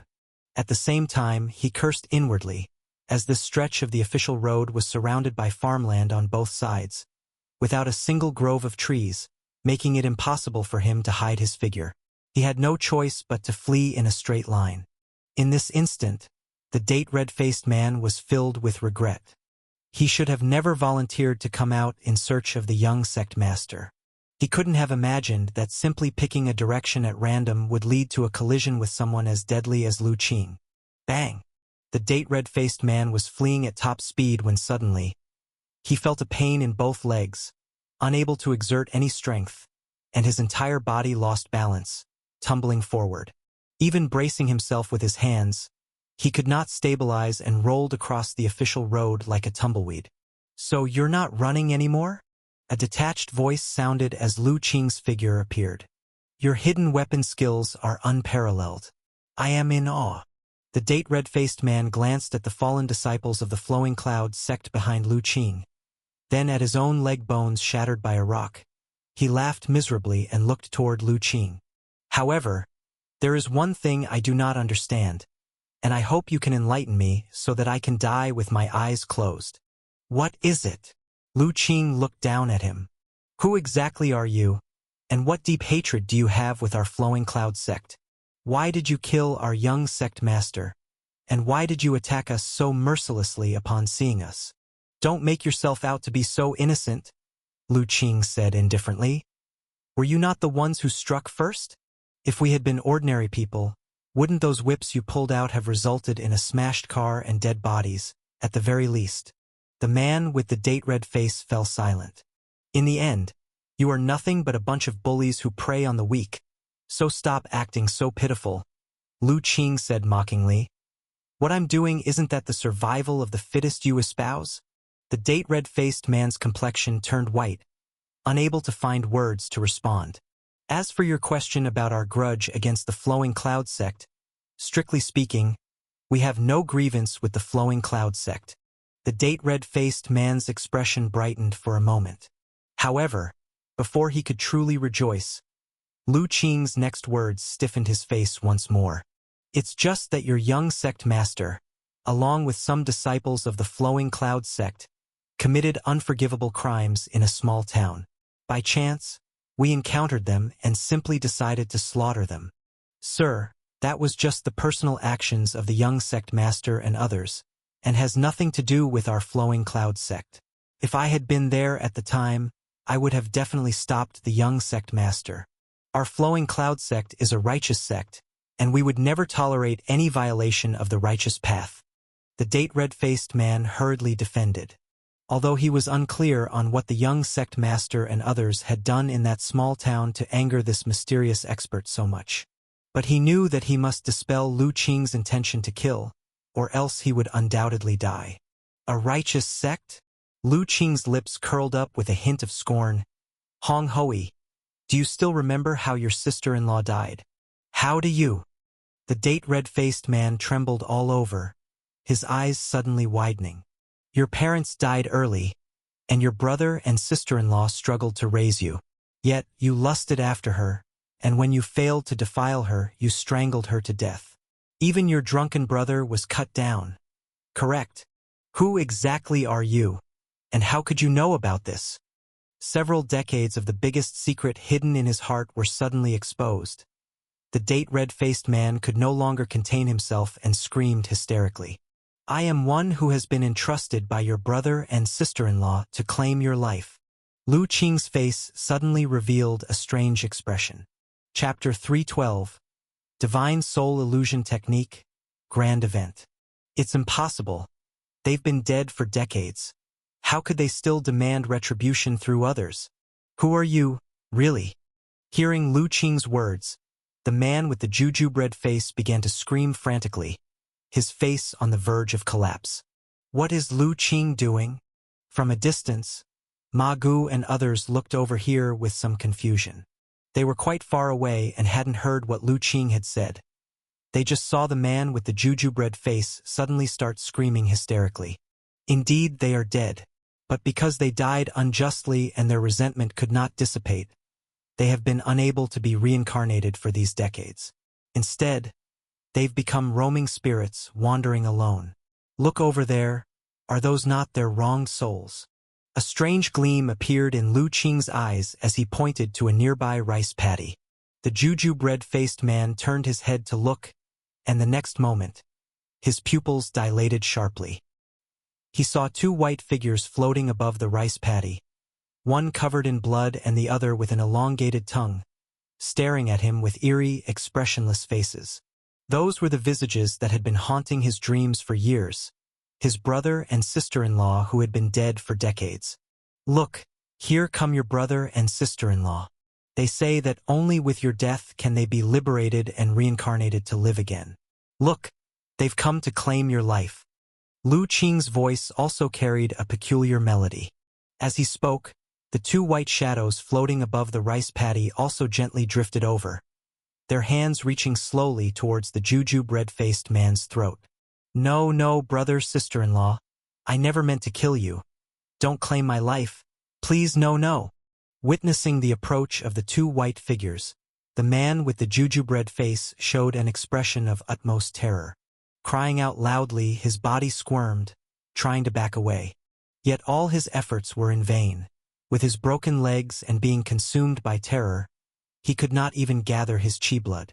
No matter how hard he tried to crawl, the two white shadows continued to draw closer, hands closing around his throat. "No, don't."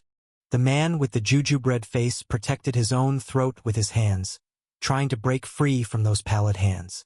But it was useless. Those two hands were like phantoms, passing through his own hands and firmly grasping his throat. Simultaneously, the faces of the two white figures contorted hideously in a moment of excitement and madness. Feeling the chilling sensation on his neck, the ever-deepening feeling of suffocation, and the sight of his ghostly brother and sister-in-law with their grotesque and frantic expressions, the man with the jujube red face completely broke down, his fear reaching a zenith. He wanted to scream, but his throat was tightly gripped, only allowing a rattle to escape as his breathing grew increasingly difficult. In the end, amid overwhelming fear and suffocation, the man's gaze gradually faded until he finally lay still in silence, dead from asphyxiation. All the while, Lu Qing had been watching the scene with cold indifference without making a sound. "What happened, brother Lu Qing?" At that moment, Ma Gu came over and, upon seeing the jujube red-faced man's state of death, was shocked. "He strangled his own throat to death? How ruthless is that?" "It's nothing, let's go. Take care of the body and we'll leave." Lu Qing walked back. Ma Gu took another look at the man, particularly the extreme fear on his face just before death, feeling that something was off, but couldn't figure out why. But he didn't dwell on it. After all, the man was scum. How he died didn't really matter. Perhaps brother Lu Qing had used some special method. Shaking his head, Ma Gu picked up the corpse and walked back. As Lu Qing walked towards the carriage, he pondered. The reason for the jujube red-faced man's behavior wasn't really because he was claimed by ghosts, but because he had fallen into Lu Qing's divine soul illusion technique. From the information probed through his superpower before, Lu Qing knew a secret about the man. That was, in his youth, he committed the atrocity of killing his brother and sister-in-law, the darkest secret buried in his heart. So, he decided not to let the man die so easily. Luckily, his divine soul power had strengthened a lot recently, allowing him to utilize some secret techniques that previously were beyond his reach, perfect for a trial run. The result, as it turned out, was quite satisfactory. After Lu Qing exposed his secret and sent him into a panic, the jujube red-faced man's will developed a flaw and he fell completely into the divine soul illusion realm, truly believing he was being claimed by his brother and sister-in-law. In reality, he was strangled to death by his own hands. However, he never realized this until he died. After moving the corpses of the deceased Flowing Cloud sect disciples to a wooded area ahead on the road and burying them, Lu Qing finally felt troubled. He wondered if he should develop an easier method to destroy traces of a body. Otherwise, dealing with the corpses after every killing was far too troublesome and time-consuming. After burying the bodies, Lu Qing and his party continued on their way. "Ah Qing, what caused the last elder of the Flowing Cloud sect to suddenly scream like that?" Inside the carriage, the elder doctor asked. Earlier, although he had stayed inside the carriage, he vaguely felt the fluctuation of divine soul power emanating from Lu Qing. Ma Gu, who was driving the carriage, also pricked up his ears. Just now, Disciple used a bit of the divine soul power techniques, plunging that Flowing Cloud sect elder into an illusion realm, making him recall the sins he had committed. "I didn't expect him to be so scared that he strangled himself to death," Lu Qing replied. "To be so frightened that he strangled himself. Could it be that this person had committed a great sin?" The elder doctor was somewhat moved. Chapter 313, Divine Soul Illusion Technique, Grand Event Part 2.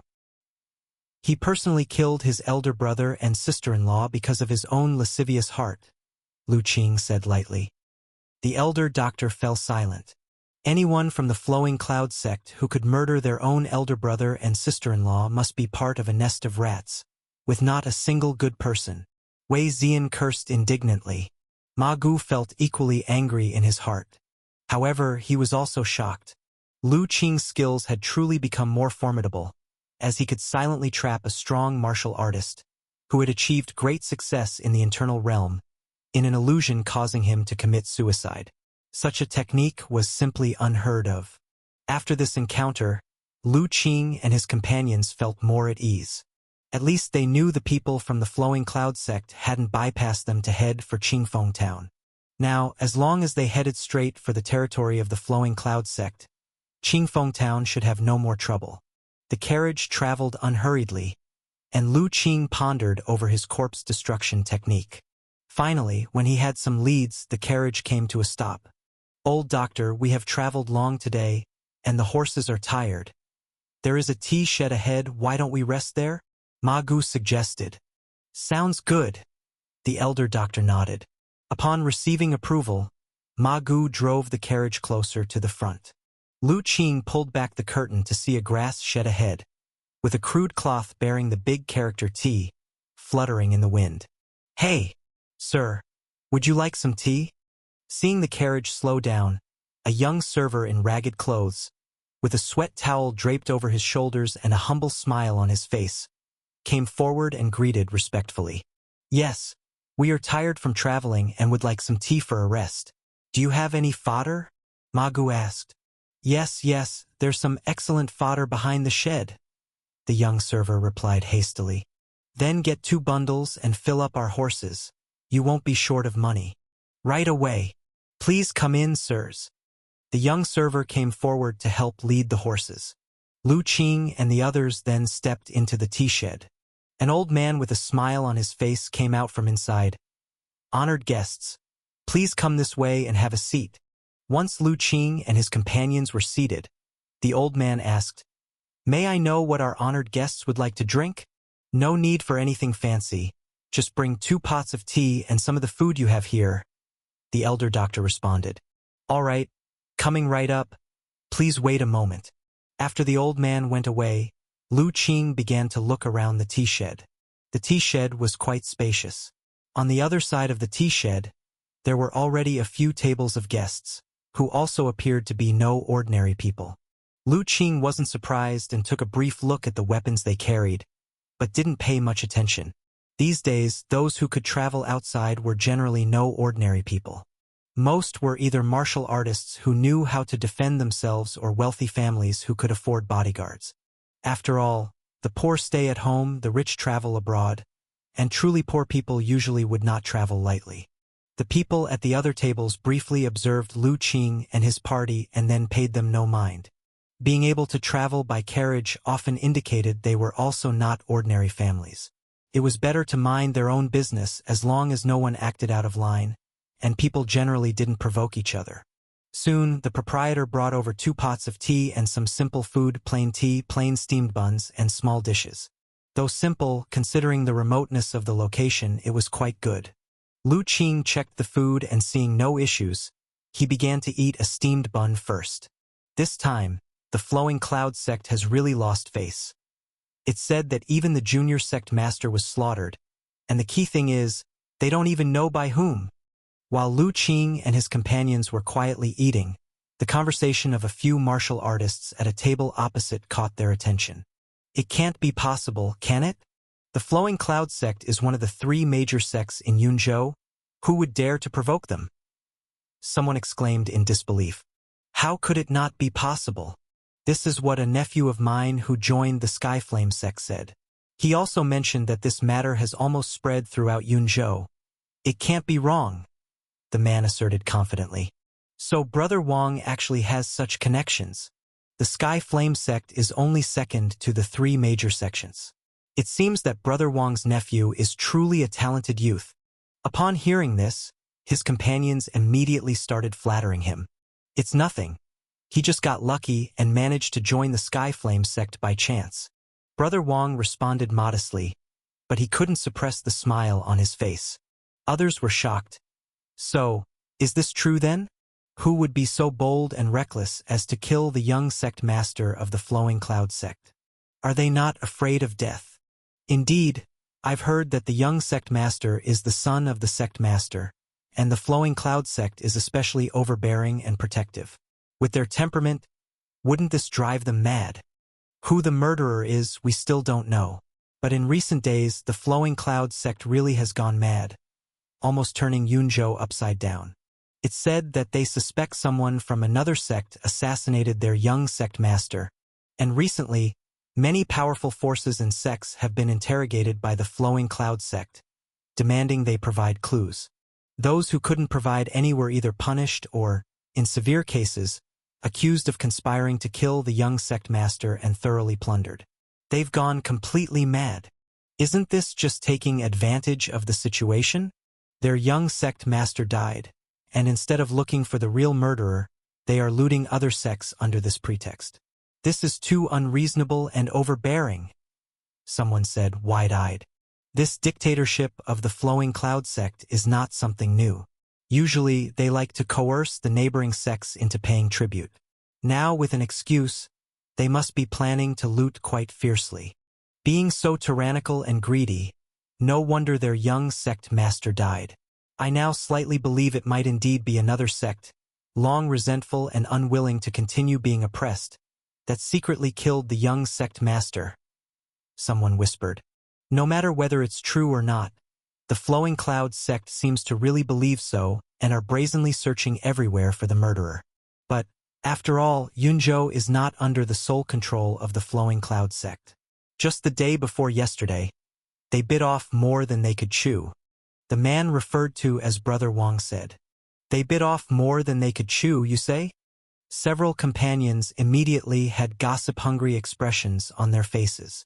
It's said that an elder from the Flowing Cloud sect, leading his disciples to loot a small sect, was stopped by several passing young heroes. A conflict arose, and the elder, relying on his high cultivation, killed 2 of the young heroes.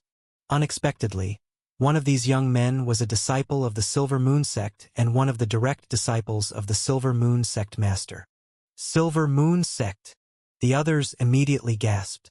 The Silver Moon sect is one among the strongest of the 3 major sects in Yunzhou, and its foundation is not much weaker than that of the Flowing Cloud sect.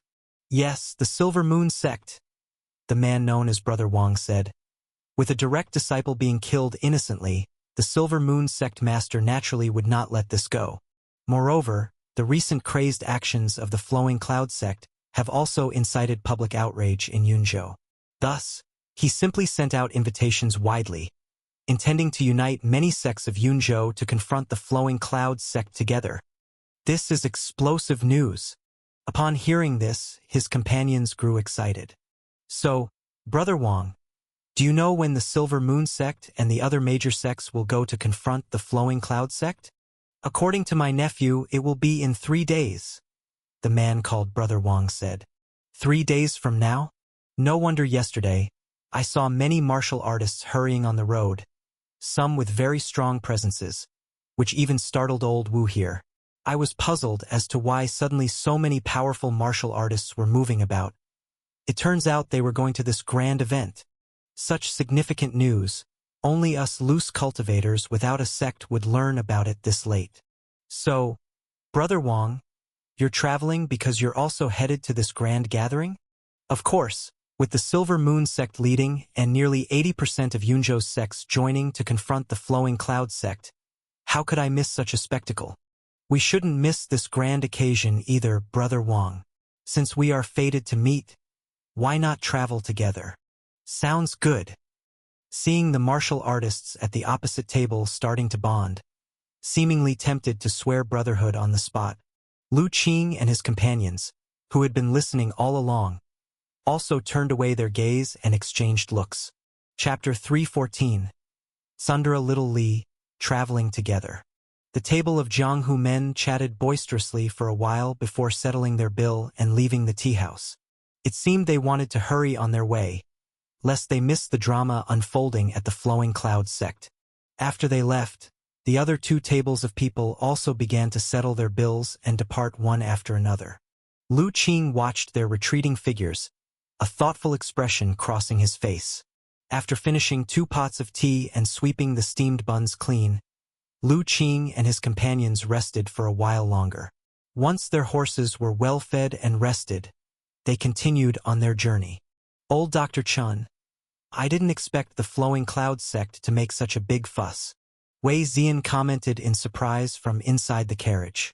Yes, I thought they would be frantic over the disappearance of their young sect master, but instead, they've used this as a pretext to ratchet up the extortion and pillaging of other smaller forces. Ma Gu also sighed. Only Lu Qing remained silent, his expression contemplative. The elder doctor noticed his demeanor and asked, Ah Qing, what are you thinking about? Master, I'm wondering. The young sect master of the Flowing Cloud sect clearly died in Qingfeng Town, and no other Flowing Cloud sect disciples escaped at the time. Logically, the Flowing Cloud sect shouldn't have been able to confirm the news of their young sect master's death so quickly. At most, they should have considered him missing. But why has the news already spread throughout Yunzhou? Lu Qing expressed his doubts. That's right, Ma Gu realized. We've come straight from Qingfeng Town without any delay in our itinerary, but from the conversation of those Jianghu guests earlier, it seemed as though we had just killed the young sect master not long ago, and the Flowing Cloud sect already knew of the death.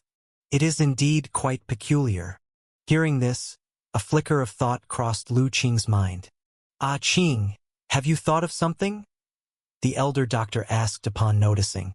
There is a bit, I'm thinking.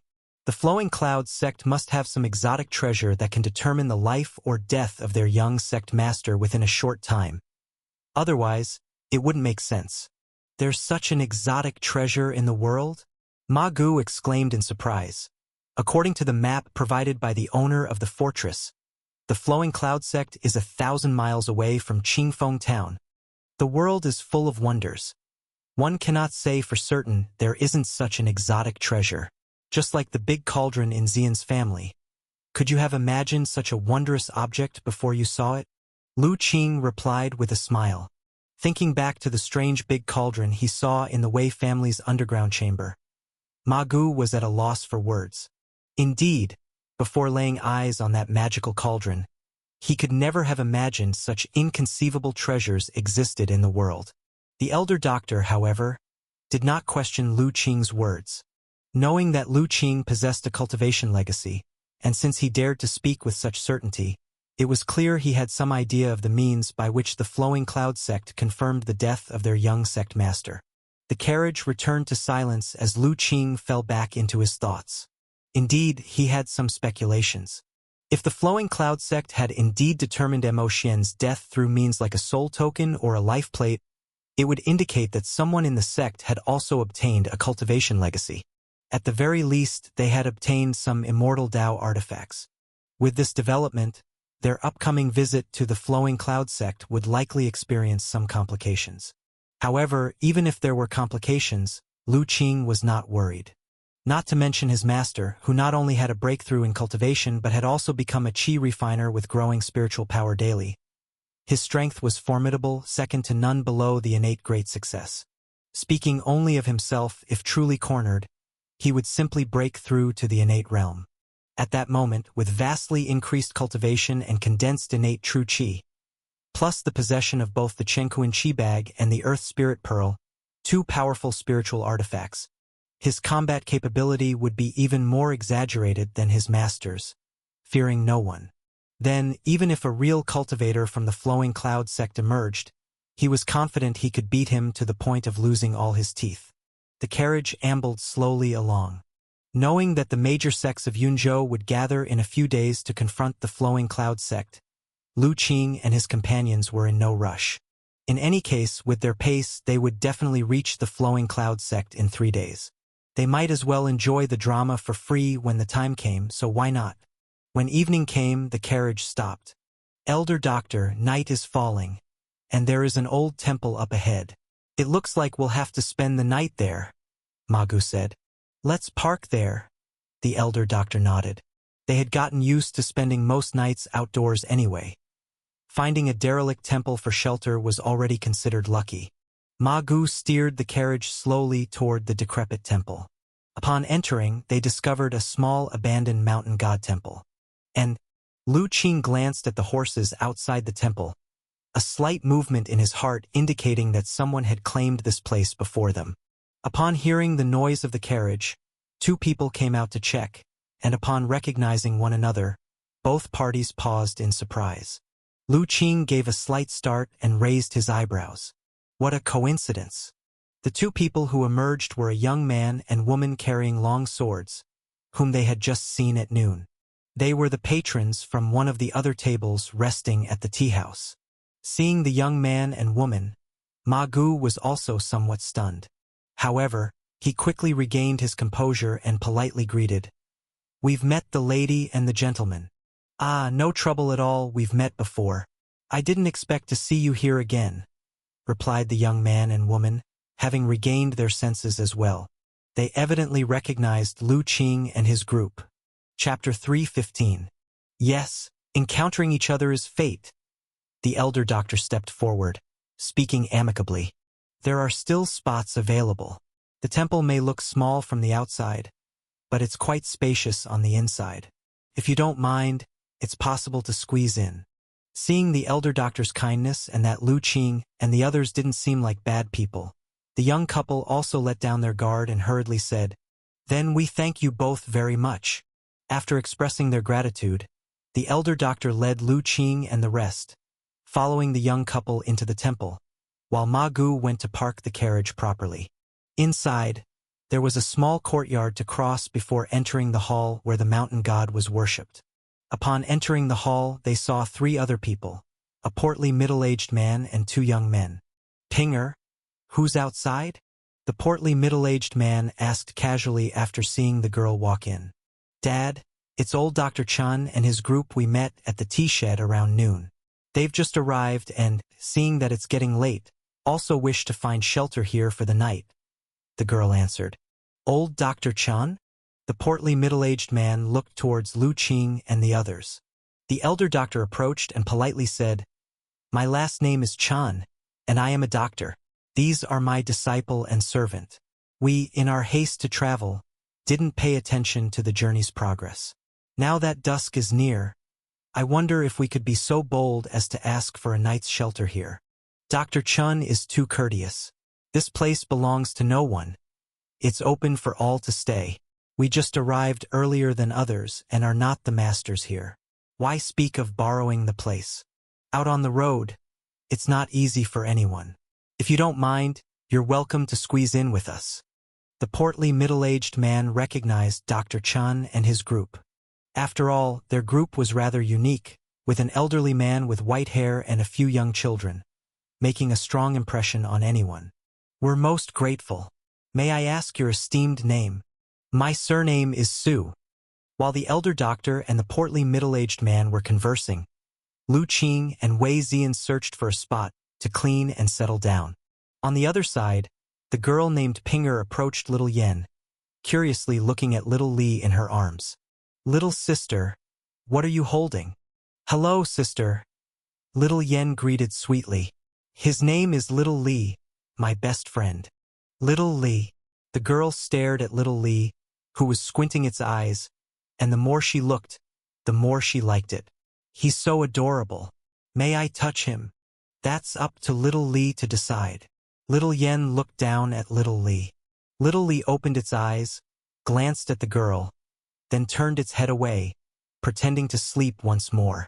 The two little companions had grown to understand each other's wants clearly. Upon seeing this, little Yen instantly knew what little Li was thinking. She could only apologize. "I'm sorry, sister. Little Li doesn't like to be touched by strangers." "Is that so?" The girl saw little Li's reactions and felt a bit disappointed. However, she was quickly distracted by another thought. "Little sister, you just said you would ask him. Can this little beast actually understand what you're saying?" "Yes. Little Li is very impressive. He can understand our words," little Yen proclaimed proudly. Upon hearing this, the girl grew even more amazed at little Li. But seeing little Li's dismissive demeanor, she also felt disheartened. Her eyes darted around as she thought for a moment and asked, "Little sister, Do you know what Little Lee likes to eat? Little Lee likes to eat fish.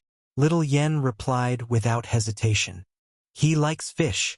The girl listened and immediately felt troubled. They had everything in their luggage except fish. After all, fish have a strong smell, and without a good reason, no traveler would carry fish in their luggage. Besides fish, does Little Lee like dried meat? I have lots of dried meat in my pack, the girl asked hopefully. However, Little Yen shook her head. Not really, Little Lee likes fish the most. She seldom eats dried meat. What about dry food? Wei Zian, who was cleaning, saw the girl try every means to please Little Lee and couldn't help but chuckle inwardly. That little beast was quite proud. Apart from Little Yen and Lu Qing, it rarely showed closeness to anyone. It was indifferent to almost everyone. Even toward old Dr. Chun, it seldom took the initiative to approach. It was just like his mother, who, over the past 2 years, tried every method possible to foster a good relationship with Little Lee. But in the end, no one knows how much fish she had offered as a bribe, and the actual number of times she managed to hold Little Lee was minimal. The idea that the girl could win over Little Lee's affection with just a bit of food was pure wishful thinking. Sure enough, in the time that followed, no matter what the girl tried, she could not get close to Little Lee. Even when she took out her treasured favorite pastries, she couldn't get Little Lee to take a glance. Instead, Little Yen benefited from this and got to eat several delicious pastries. Later on, Little Lee felt this woman was just too annoying and simply leapt from Little Yan's arms onto Lu Qing's shoulder and burrowed into his embrace to hide. At that, the girl was completely out of moves and could only harbor her frustration. After all, there were differences between men and women. As a woman, she dared not cling to a strange man. This scene, naturally, was also seen by the elder doctor and the round middle-aged man. Elder Dr. Chun, your little beast is quite discerning. It's my daughter who has been forward, said the round middle-aged man. It's fine. Little Lee has a bit of an odd personality. Usually, apart from Ah Ching and Little Yen, it rarely approaches even us, so Miss Su, please don't take offense. The elder doctor replied with a smile. So that's how it is. Then this little beast does have quite the character, the round middle-aged man realized. By the way, Mr. Su, I heard you say earlier that you are heading to the Flowing Cloud sect? Asked the elder doctor. Yes, at the tea house at noon. Dr. Chun must have also heard that something big is about to happen at the Flowing Cloud sect. This time, I am taking my disciples on a journey to broaden their experiences. How could we miss such an event? But didn't the Jianghu guests at noon also mention that the Flowing Cloud sect has always been domineering and aggressive? Mr. Su, aren't you afraid of danger on this trip? Ha ha! The Flowing Cloud sect is now to be censured by many sects of Yunzhou. They will likely have difficulty protecting themselves, let alone pay attention to random travelers like us. Moreover, though I am no great talent, I do have some ability to protect my disciples. The round middle-aged man laughed heartily. Mr. Su is formidable. The elder doctor couldn't help but commend. By the way, Dr. Chun, where are you planning to head to? Inquired the round middle-aged man. We were also intending to travel to the territory controlled by the Flowing Cloud sect, but after hearing what those Jianghu guests said at noon, it's become a bit of a dilemma. The Flowing Cloud sect is becoming the center of Yunzhou's storm. If we go there now, we might inadvertently get caught up in the commotion. The elder doctor hesitated. What's there to hesitate about? The round middle-aged man laughed. Dr. Chun, since you are also traveling, then you certainly shouldn't miss this spectacle. This event will likely see the appearance of the majority of Yunzhou's sect forces. It would be a great pity to miss it. But, no buts now. Since we get along so well, Dr. Chun, if you're worried about safety on the road, why not set out with us tomorrow? It's good to look out for each other. With us there, common riffraff won't be able to lay a finger on you, the round middle-aged man said heartily. Elder Dr. Chun saw the sincerity on the round middle-aged man's face, pondered for a moment, then nodded. If that's the case, my disciples and I will have the audacity to bask in Mr. Su's leading light. Don't be so polite, that's settled then. The girl nearby, upon hearing the conversation between the two, felt a surge of delight in her heart. If they were to travel together tomorrow, wouldn't she have more time to close the distance with little Li? With this in mind, the girl immediately sought out little Yen, hoping to learn more about little Li's preferences from her. Lu Qing, having learned of his master's decision to set out with the round middle-aged man and others the next day, was somewhat surprised. However, he did not ask any questions and instead continued to be busy with his tasks, preparing the evening meal for everyone. It wasn't long before a rich aroma began to emerge and slowly filled the entire mountain god temple. Chapter 316. Supreme Delicacy, 6 Sun Peppers. What is that smell? It's so fragrant. As the aroma spread, the plump middle-aged man's nose twitched twice as he exclaimed in surprise. It must be my disciple preparing dinner. He's usually the one doing the cooking when we're on the road.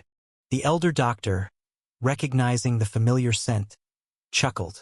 I didn't expect Dr. Chen's top disciple to be so skilled in the culinary arts. The plump, middle-aged man said excitedly. He took another deep breath, itching with curiosity. I wonder what your disciple is making for dinner tonight?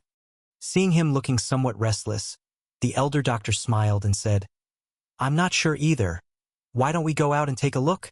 That sounds great. The plump, middle-aged man blurted out.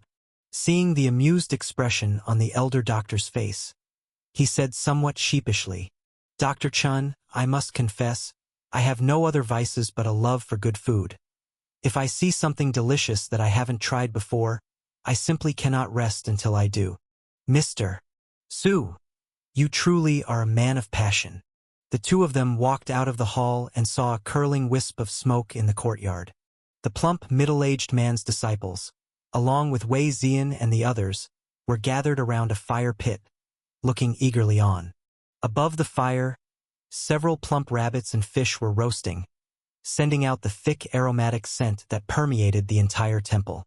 Naturally, Lu Qing was the one grilling the meat. These rabbits had been caught by him and little Li earlier on the roadside forest during their journey. They had been busy traveling recently and had been eating rather simple meals, so they decided to prepare something delicious that evening. The fish, too, was an unexpected catch. After catching several fat rabbits, they passed by a mountain stream. Thinking that little Li hadn't had fresh fish in a long time, on a whim, Lu Qing took a fishing rod from his Chenkuan Chi bag and cast a few lines. To his surprise, he soon caught several carp weighing over 2 pounds each, which delighted little Li so much that he shattered a large bluestone on the shore while sharpening his claws. Due to time constraints, Lu Qing gave little Li 1 fresh fish to eat at the time, and saved the rest to make a different flavored dish for dinner. Are they grilling something? But how could just grilled rabbit and fish smell so amazing? The plump, middle-aged man, seeing the food on the fire, felt puzzled. He had eaten grilled rabbit and fish before, but had never smelled such deliciously aromatic grilled meat. Just then, the plump middle-aged man saw Lu Qing pick up a handful of gray-white powder from a bowl at his feet and sprinkle it over the rabbits. Instantly, an even richer aroma burst forth, and the intense fragrance made Wei Ziyan and the others involuntarily swallow. That's it. The plump middle-aged man's eyes widened. The peculiarly delightful aroma he noticed earlier came from the gray-white powder Lu Qing had sprinkled. Brother, are the rabbits done yet? Little Yen, squatting beside Lu Qing, her lips shining with a crystal sheen, couldn't help but ask. We need just a little longer, Lu Qing replied as he brushed oil on the rabbits. We have to wait until the skin is crispy. That way, they'll be crunchy on the outside and tender on the inside, and very delicious. Gulp. Hearing Lu Qing describe it that way, Wei Ziyan and the others felt their mouths water even more. Ha! Young master, what delicious thing are you cooking? Your master and I could smell this tempting aroma from inside. At this point, the plump middle-aged man laughed heartily and approached. Master! The plump middle-aged man's disciples, realizing that their master had somehow come outside, felt a bit embarrassed. Dad! The girl greeted joyfully. Young Master Lu is grilling meat. It smells so good. Dad smelled it too. That's why I was lured out here. The plump middle-aged man chuckled. Young Master Lu, Your grilling skills truly capture one's soul. Senior Su is too kind. It's just a little skill, Lu Qing modestly said. By the way, young Master Lu, what is that powder you sprinkled on the rabbit just now? I saw that after you sprinkled it, the aroma became intense. The plump, middle-aged man asked. It's a seasoning I mixed myself. Sprinkling some on the meat while grilling enhances the flavor. Lu Qing passed the bowl containing the gray-white powder to him. The plump, middle-aged man took it, dipped his finger to get a little, smelled it, then tasted it. His eyes immediately brightened. The powder was indeed special, tasting slightly salty with an unusual aromatic flavor. Lu Qing continued grilling the meat. Finally, when the rabbit meat started sizzling and oozing oil, he sprinkled another handful of the aromatic powder on it, then took the grilled rabbit off the fire. He then picked up a stack of wooden plates and began slicing the rabbit meat with a small knife. Soon, the 4 grilled rabbits were divided into 10 plates of meat, with a portion for everyone except little Li. After dividing the rabbit meat, Lu Qing took another bowl, opened a bamboo tube, and poured out half a bowl of bright red powder. Master, Senior Su, please. Lu Qing picked up 2 plates piled full of rabbit meat and handed them to the elder doctor and the plump, middle-aged man respectively. Dr. Chan, then I won't be polite. The food-loving plump, middle-aged man, already somewhat impatient, quickly took the rabbit meat. No problem, it's been a while since I've had Qing's grilled meat. The elder doctor also took a plate. Master, Senior Su, you go ahead and eat. I'll go make some more food. Chapter 617. After serving the meat, Lu Qing walked back to the fire. Dr. Chun, please. After Lu Qing had left, the plump, middle-aged man was the first to pick up a piece of rabbit meat and put it in his mouth. Then, the next moment his eyes widened. He found the rabbit meat in his mouth to be crispy-skinned and tender, incredibly fragrant and the best roasted rabbit he had ever tasted in his lifetime. Dr. Chun, your disciples' roasting skills are truly unparalleled in this world. This roasted rabbit is a peerless delicacy. After finishing a piece of roasted meat, the plump, middle-aged man couldn't help but exclaim, "Hee, you're too kind." Returning to the fire, Lu Qing handed the slightly smaller plate of meat to Little Yen. Thank you, brother. Little Yen took the rabbit meat and started eating it with relish. Lu Qing said to the girls, please don't be shy. There isn't much rabbit meat, so please help yourselves. The girls had been drooling over it, but out of politeness, they still demurred before finally picking up a plate of rabbit meat. As for Ma Gu and Wei Zian, they had already picked up their own portions, and they expertly sprinkled the red seasoning onto their meat before digging in contentedly. Young master, your roasting skills are as great as ever. Even though Ma Gu had eaten Lu Qing's roasted meat countless times, he was still full of admiration every time he tried it again.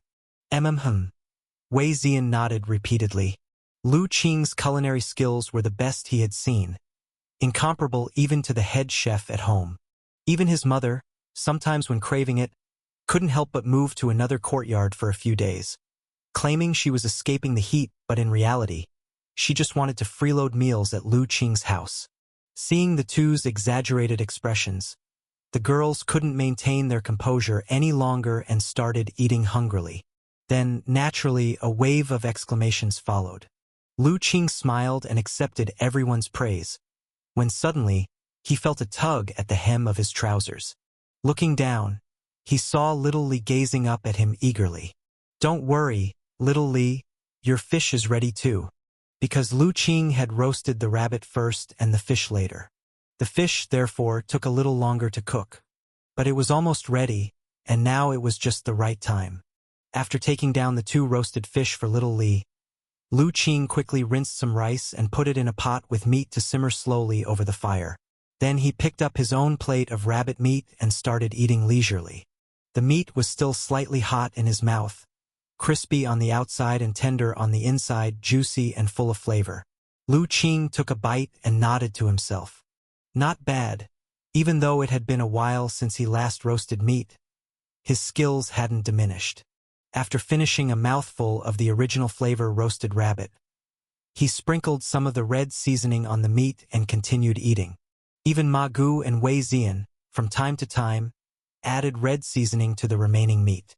At this point, the girls finally noticed Lu Qing and the others' actions. One of the girls curiously asked, "Young Master Lu, what is this red powder?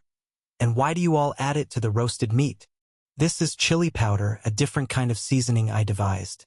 However, its taste is a bit peculiar. I was afraid you wouldn't be used to it, so I didn't add it to your meat. Look, little Yan's doesn't have any," Lu Qing explained with a smile. "Yes, sister, the chili powder is really spicy. Little Yan doesn't like it much," added little Yan, crinkling her nose as if recalling some not-so-pleasant memories. "Chili powder?" The girls all looked at the seasoning. "Chili powder?" The plump middle-aged man nearby also heard Lu Qing's words and became curious as well. "Dr. Chan, what is this chili powder?" "That's something Ah Qing came up with on his own, a kind of seasoning. However, it has a rather intense flavor and I'm not too fond of it. On the other hand, Ah Qing and Zian quite like it," the elder doctor explained. "Oh, such a novelty. I must try it."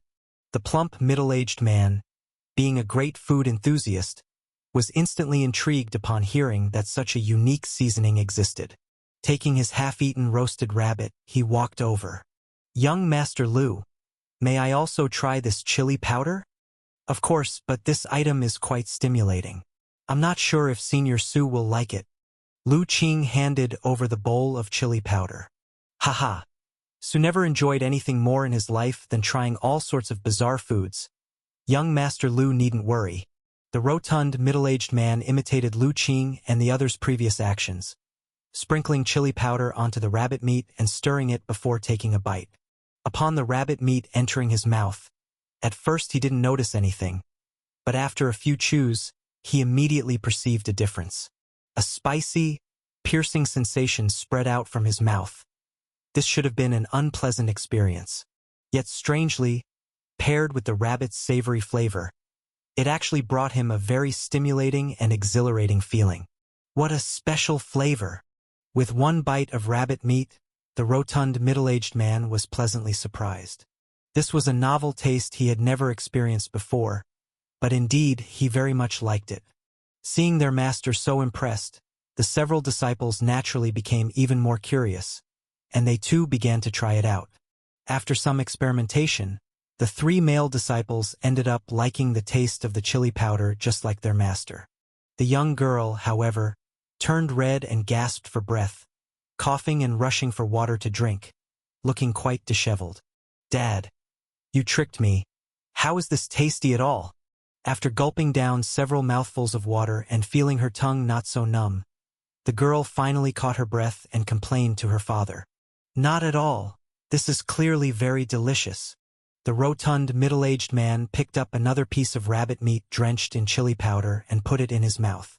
Feeling the numbing spiciness and savory taste hitting the top of his head, he felt a surge of sheer delight. The girl was left staring in astonishment at his apparent enjoyment. She could not understand how, given the intense flavor, her father and her martial brothers could still manage to eat it. No wonder Mr. Lu had said that this spice was special and not everyone could accept it. Watching the nearly quarrelsome exchange between father and daughter, Lu Qing couldn't help but chuckle. He knew it would be like this. People in this world seemed not to have fully explored the potential of spicy foods. At least in Song State, that was the case. When cooking, people mostly used only spicy seasonings like ginger, and his homemade chili powder, being rather spicy, naturally wasn't for everyone. "Young Master Lu, this chili powder of yours truly has a bizarre taste. I have never experienced it before. May I ask what it's made from?" the rotund middle-aged man asked. "The main ingredient is a medicinal herb I stumbled upon by chance," Lu Qing explained.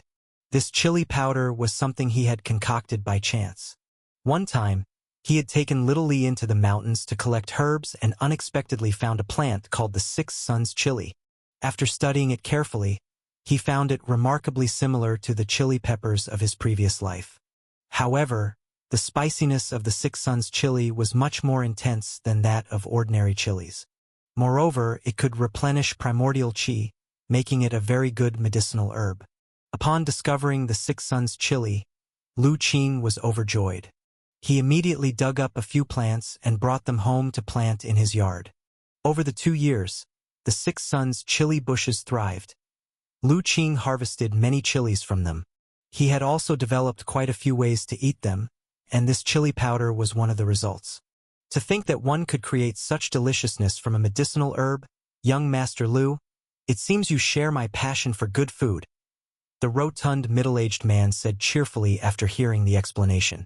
I am indeed quite interested in matters of culinary experimentation, and I often like to think up new recipes at home, admitted Lu Qing generously.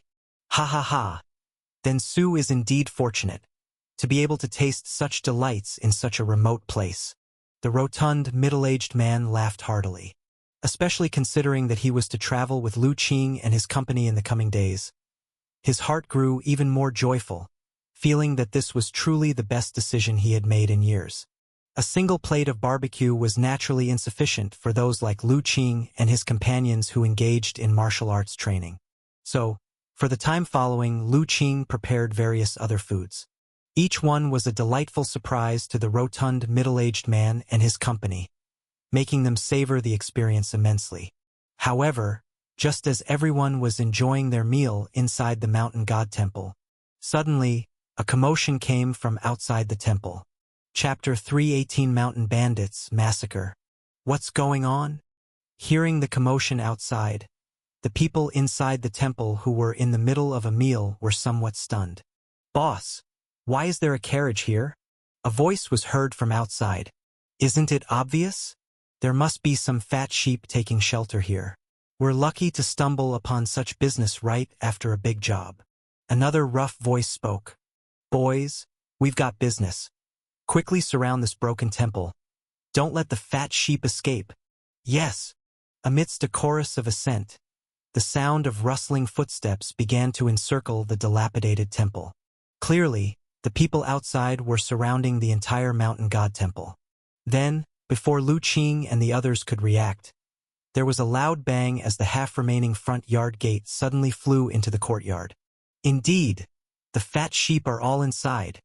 With a roar of laughter, over a dozen men wielding swords and reeking of blood, with formidable statures, entered from outside the temple. The leader, with disheveled hair, had a giant centipede-like scar on his face, making him look particularly fierce and terrifying. The gang of Great Han following him also had ferocious expressions, appearing like malevolent spirits, clearly not good men. Who are you? What do you want? A plump, middle-aged disciple stood up and demanded. Who are we? Naturally, we're mountain bandits. As for what we want to do, isn't it obvious? We're here to rob, the centipede-scarred Great Han said with a smile. But his smile made the scar on his face twist as if a real centipede were crawling, which was truly horrifying.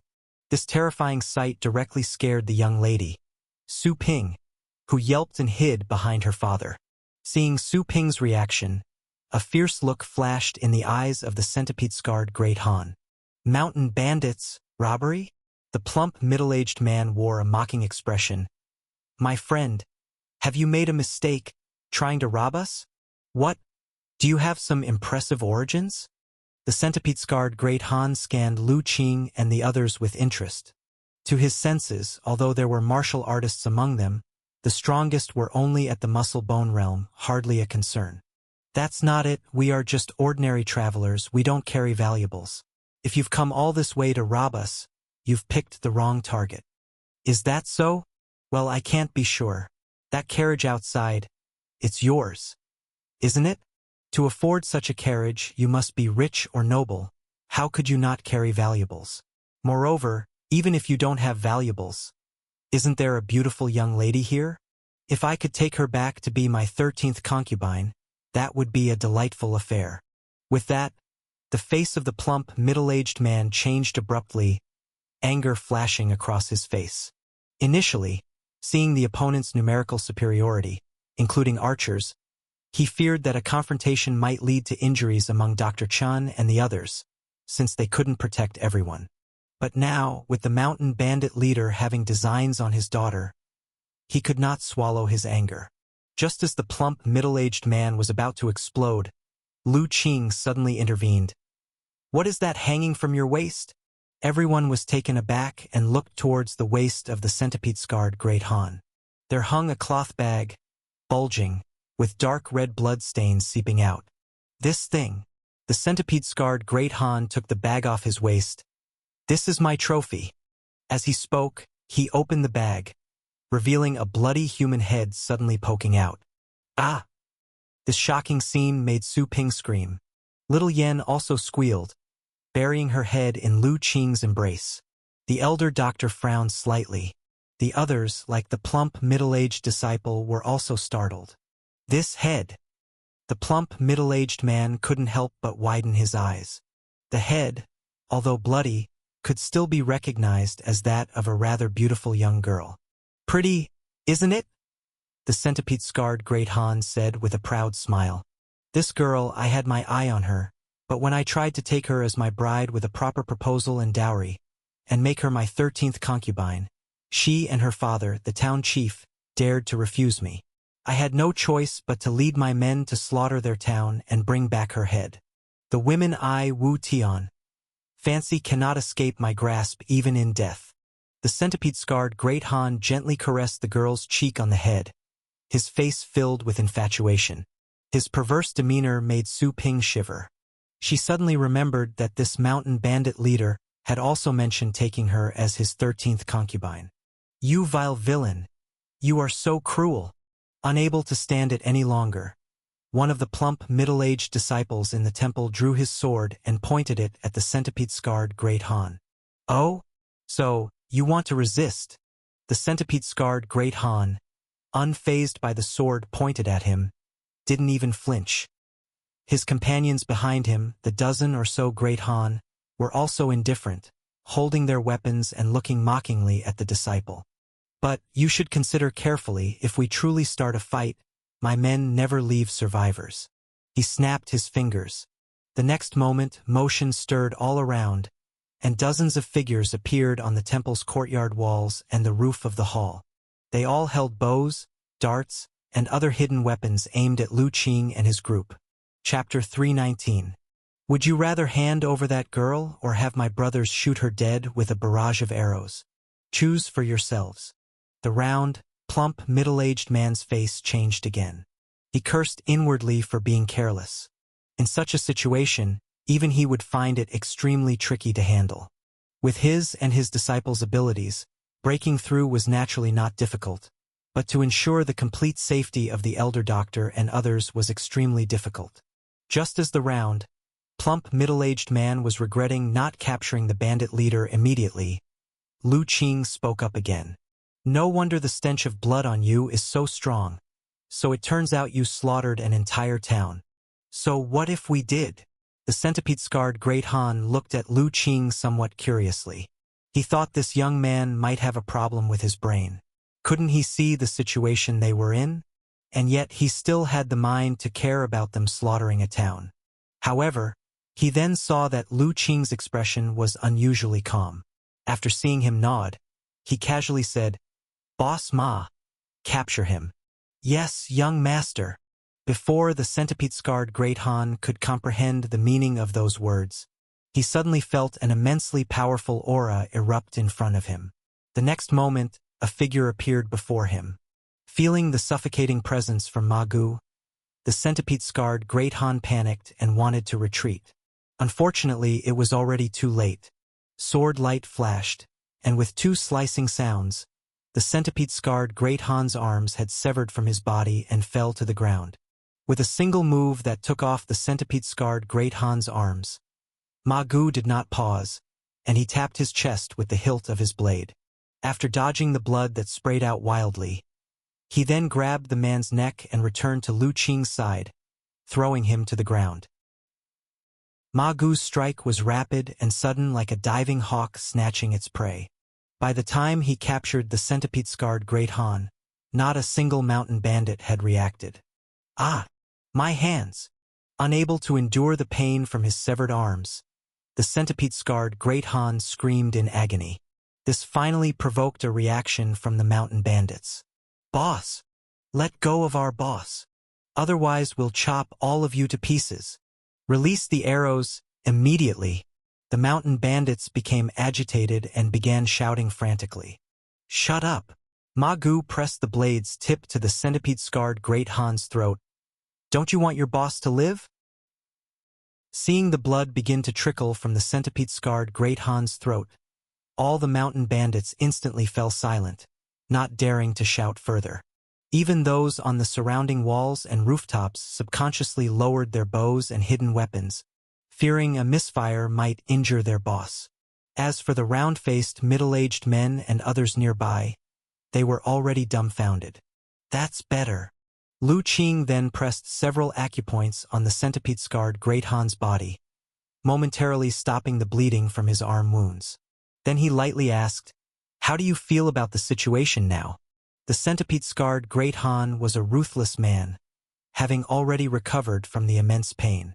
Suppressing his pain, he sneered, "Didn't expect it. Someone as minor as I misjudged. Your servant, having only reached great success in the muscle-bone realm, could unleash a strength not less than that of the internal organ realm, catching me off guard, and I actually got caught. However, do you think just by capturing me you will be able to safely leave this place? Just one command from me, and my brothers will hesitatelessly release arrows, turning you all into a beehive." "Oh then, give that order," Lu Qing said indifferently. "What did you say?" The centipede-scarred Great Han was startled. "I said, give the order now. Let your brothers release their arrows and see if they can turn us into a beehive." Lu Qing repeated blandly. "Are you insane, boy?" The centipede-scarred Great Han looked at Lu Qing with disbelief in his eyes. He could feel that Lu Qing's words weren't false, and that he really didn't care about him ordering to release the arrows. This left the centipede-scarred Great Han in a dilemma, because once he truly ordered the arrows to be fired, he himself would undoubtedly die. Although he was brutal, he was not insane to the extent of disregarding his own life. "It seems that you are still afraid." Lu Qing, seeing the centipede-scarred Great Han hesitate, chuckled lightly. "You scum and ruin of humankind always act like this, harming others while putting on airs as if you are truly formidable and powerful. But when you really face death, your courage is even smaller than that of a mouse, truly disappointing." Hearing Lu Qing's extremely insulting words, a fierce expression reappeared on the centipede-scarred Great Han's face. But now, being at the mercy of others, he dared not lash out. "What exactly do you want for you to let me go?" The centipede-scarred Great Han said coldly. He was still hopeful, for in this courtyard, there were still children, the elderly, and a young girl with low cultivation, and his men had already occupied every vantage point. As long as Lu Qing and his group had any concerns, he still had a chance to live. What the centipede-scarred Great Han did not expect was that, when he said this, he heard Lu Qing sigh. "Enough, since you dare not give the order, I will help you out." "Wait!" A chill ran through the heart of the centipede-scarred Great Han, who shouted anxiously. However, it was to no avail. Lu Qing extended a finger and gently tapped on his forehead. The centipede-scarred Great Han shuddered, his pupils beginning to dilate and his breath slowly fading. "Boss!"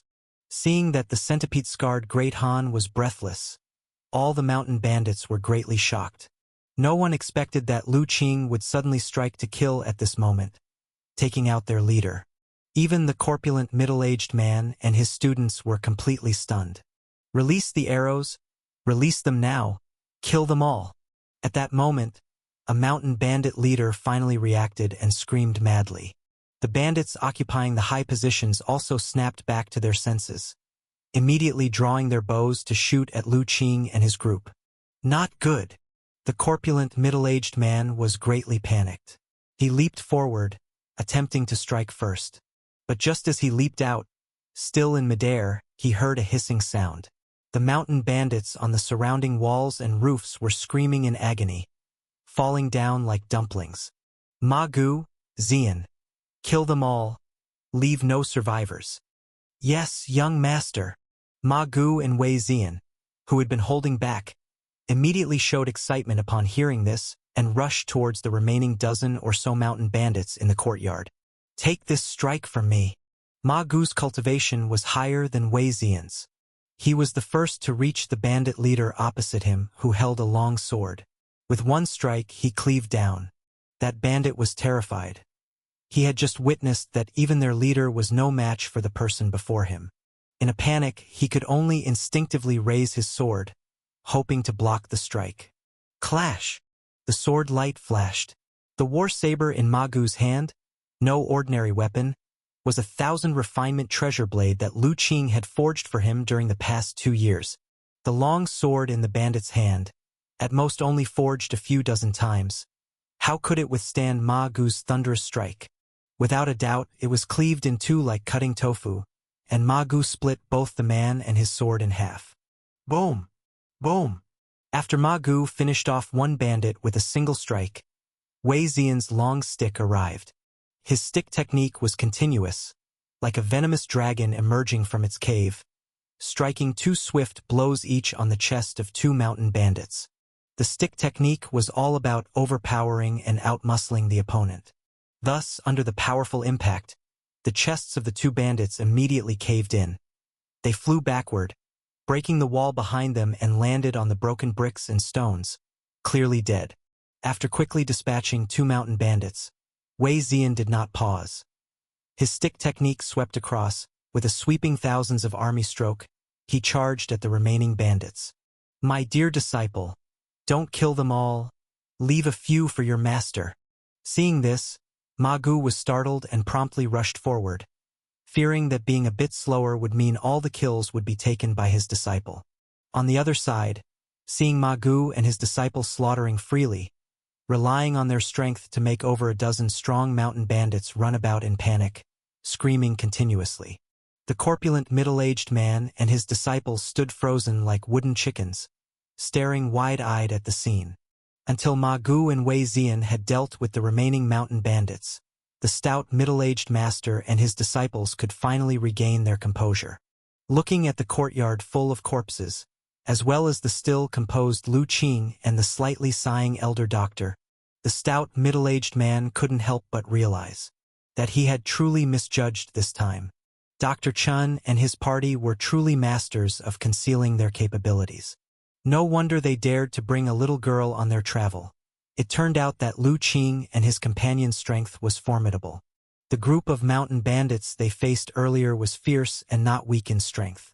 The bandit leader had barely reached the internal organ realm. The dozen or so bandit leaders following him were also martial artists, with several even at the muscle and bone realm. Adding those occupying the high ground, wielding strong bows and hidden weapons. One could say that with the situation just now, even he, being close to the internal organs realm great success, didn't have full confidence in protecting everyone in the courtyard. Yet, the dire circumstance of such an encirclement was instantly disintegrated and defeated by the joint efforts of Lu Qing and his companions. This left the stout, middle-aged man utterly astonished. Whether it was Ma Gu's fierce and powerful saber technique, Lu Qing's miraculous hidden weapon skills, or Wei Xian's sharp stick technique, all of it took him by surprise. There was also Lu Qing and their decisive killing. All this made the stout, middle-aged man feel a sense of mystery towards Lu Qing and his companions. "Young Master Lu, I really didn't expect your skills to be so remarkable. I was really worrying too much," the stout, middle-aged man exclaimed. "Just a few petty thieves. With Senior Su's strength, taking care of them must have been simple." "It's us who are showing off," Lu Qing replied with a smile. Su Ping and the others were rendered speechless upon hearing this. Though those mountain bandits appeared vulnerable in front of Ma Gu and the others, the qi blood power they unleashed was genuine. Some of their cultivations were even higher than theirs. They knew if they had faced those fierce bandits themselves, they certainly wouldn't have had much chance of winning. Such a group of brutal bandits, in Lu Qing's eyes, were merely petty thieves, leaving Su Ping and the others at a loss for words. "Master, we have to deal with the corpses again." Ma Gu, looking at the corpses in the courtyard, scratched his head and said, "Yes, it really is bothersome." Lu Qing looked around at all the corpses, speaking somewhat helplessly. The number of corpses this time, compared to those of the Flowing Cloud sect disciples they had killed on the road 2 days ago, was even greater. Thus, burying them would be even more troublesome. He felt he really needed to hasten the completion of his method for destroying corpses and eradicating traces. Otherwise, handling the corpses after each battle was proving to be too time-consuming. Hearing this, Su Ping and her fellow disciples shivered inwardly. They had already found it strange earlier that Lu Qing and his companions' fighting was too decisive. The coordination among the few of them was also incredibly tacit, not at all like the killing mentality young people should have. Hearing their conversation now made them feel even chillier. What did he mean by having to deal with corpses again? Did it mean that Lu Qing and his companions had also killed many before? Lu Qing didn't notice the expressions of Su Ping and her companions. He said to the stout middle-aged man, "Senior Su, we still need to rest here tonight. Having so many corpses here isn't really appropriate. I wonder if you could have a few of your esteemed disciples help us move these corpses out for burial." The stout middle-aged man nodded. "Of course, Wen Wu, you guys help out and move these corpses outside." "Yes, master." The disciples of the stout middle-aged man responded in unison. "Ah Qing." At that moment, the elder doctor suddenly spoke. "The girl's head should be properly buried." "I understand, master." Lu Qing glanced at the young girl's head that had fallen to the ground, sighed, packed it in a cloth bag, and prepared to find a good spot to bury it after they moved outside. Taking advantage of the daylight that hadn't completely faded, everyone began to busily move the corpses out of the courtyard. As Su Ping was a girl and had already been quite terrified earlier, she didn't need to help with the heavy labor. As the corpses in the courtyard gradually diminished, Su Ping's heart and spirit also stabilized a lot. She looked around and saw little Yen holding little Li, quietly staying beside the elder doctor without any panic on her face. She felt curious and puzzled. Suddenly, she remembered that when the mountain bandits had surrounded the mountain god temple earlier, little Yen didn't seem to show much fear. At least she was much more composed compared to herself. "Little Yen, aren't you scared? There are so many dead people here." Su Ping approached little Yen and asked softly. "Not scared." Little Yen shook her head. "They were all bad people, and besides, brother and little Li will protect me, so little Yen is not scared." Su Ping was taken aback, not expecting little Yen to respond like that. However, little Yen's words touched her heart. "Little Yen, from what you say, did bad people try to hurt you before?" She inadvertently ignored that little Li would protect her, as mentioned by little Yen. In her view, this was just a little girl being sentimental about a playmate. When she was little and slept alone, she felt that the rag doll her mother made would protect her. "Yes, a lot, but they were all killed by brother and Uncle Ma." Little Yen nodded seriously. Su Ping took a deep breath inwardly. She had not guessed wrong. Lu Qing and the others had indeed experienced many life-and-death fights before with their utterly decisive killing methods.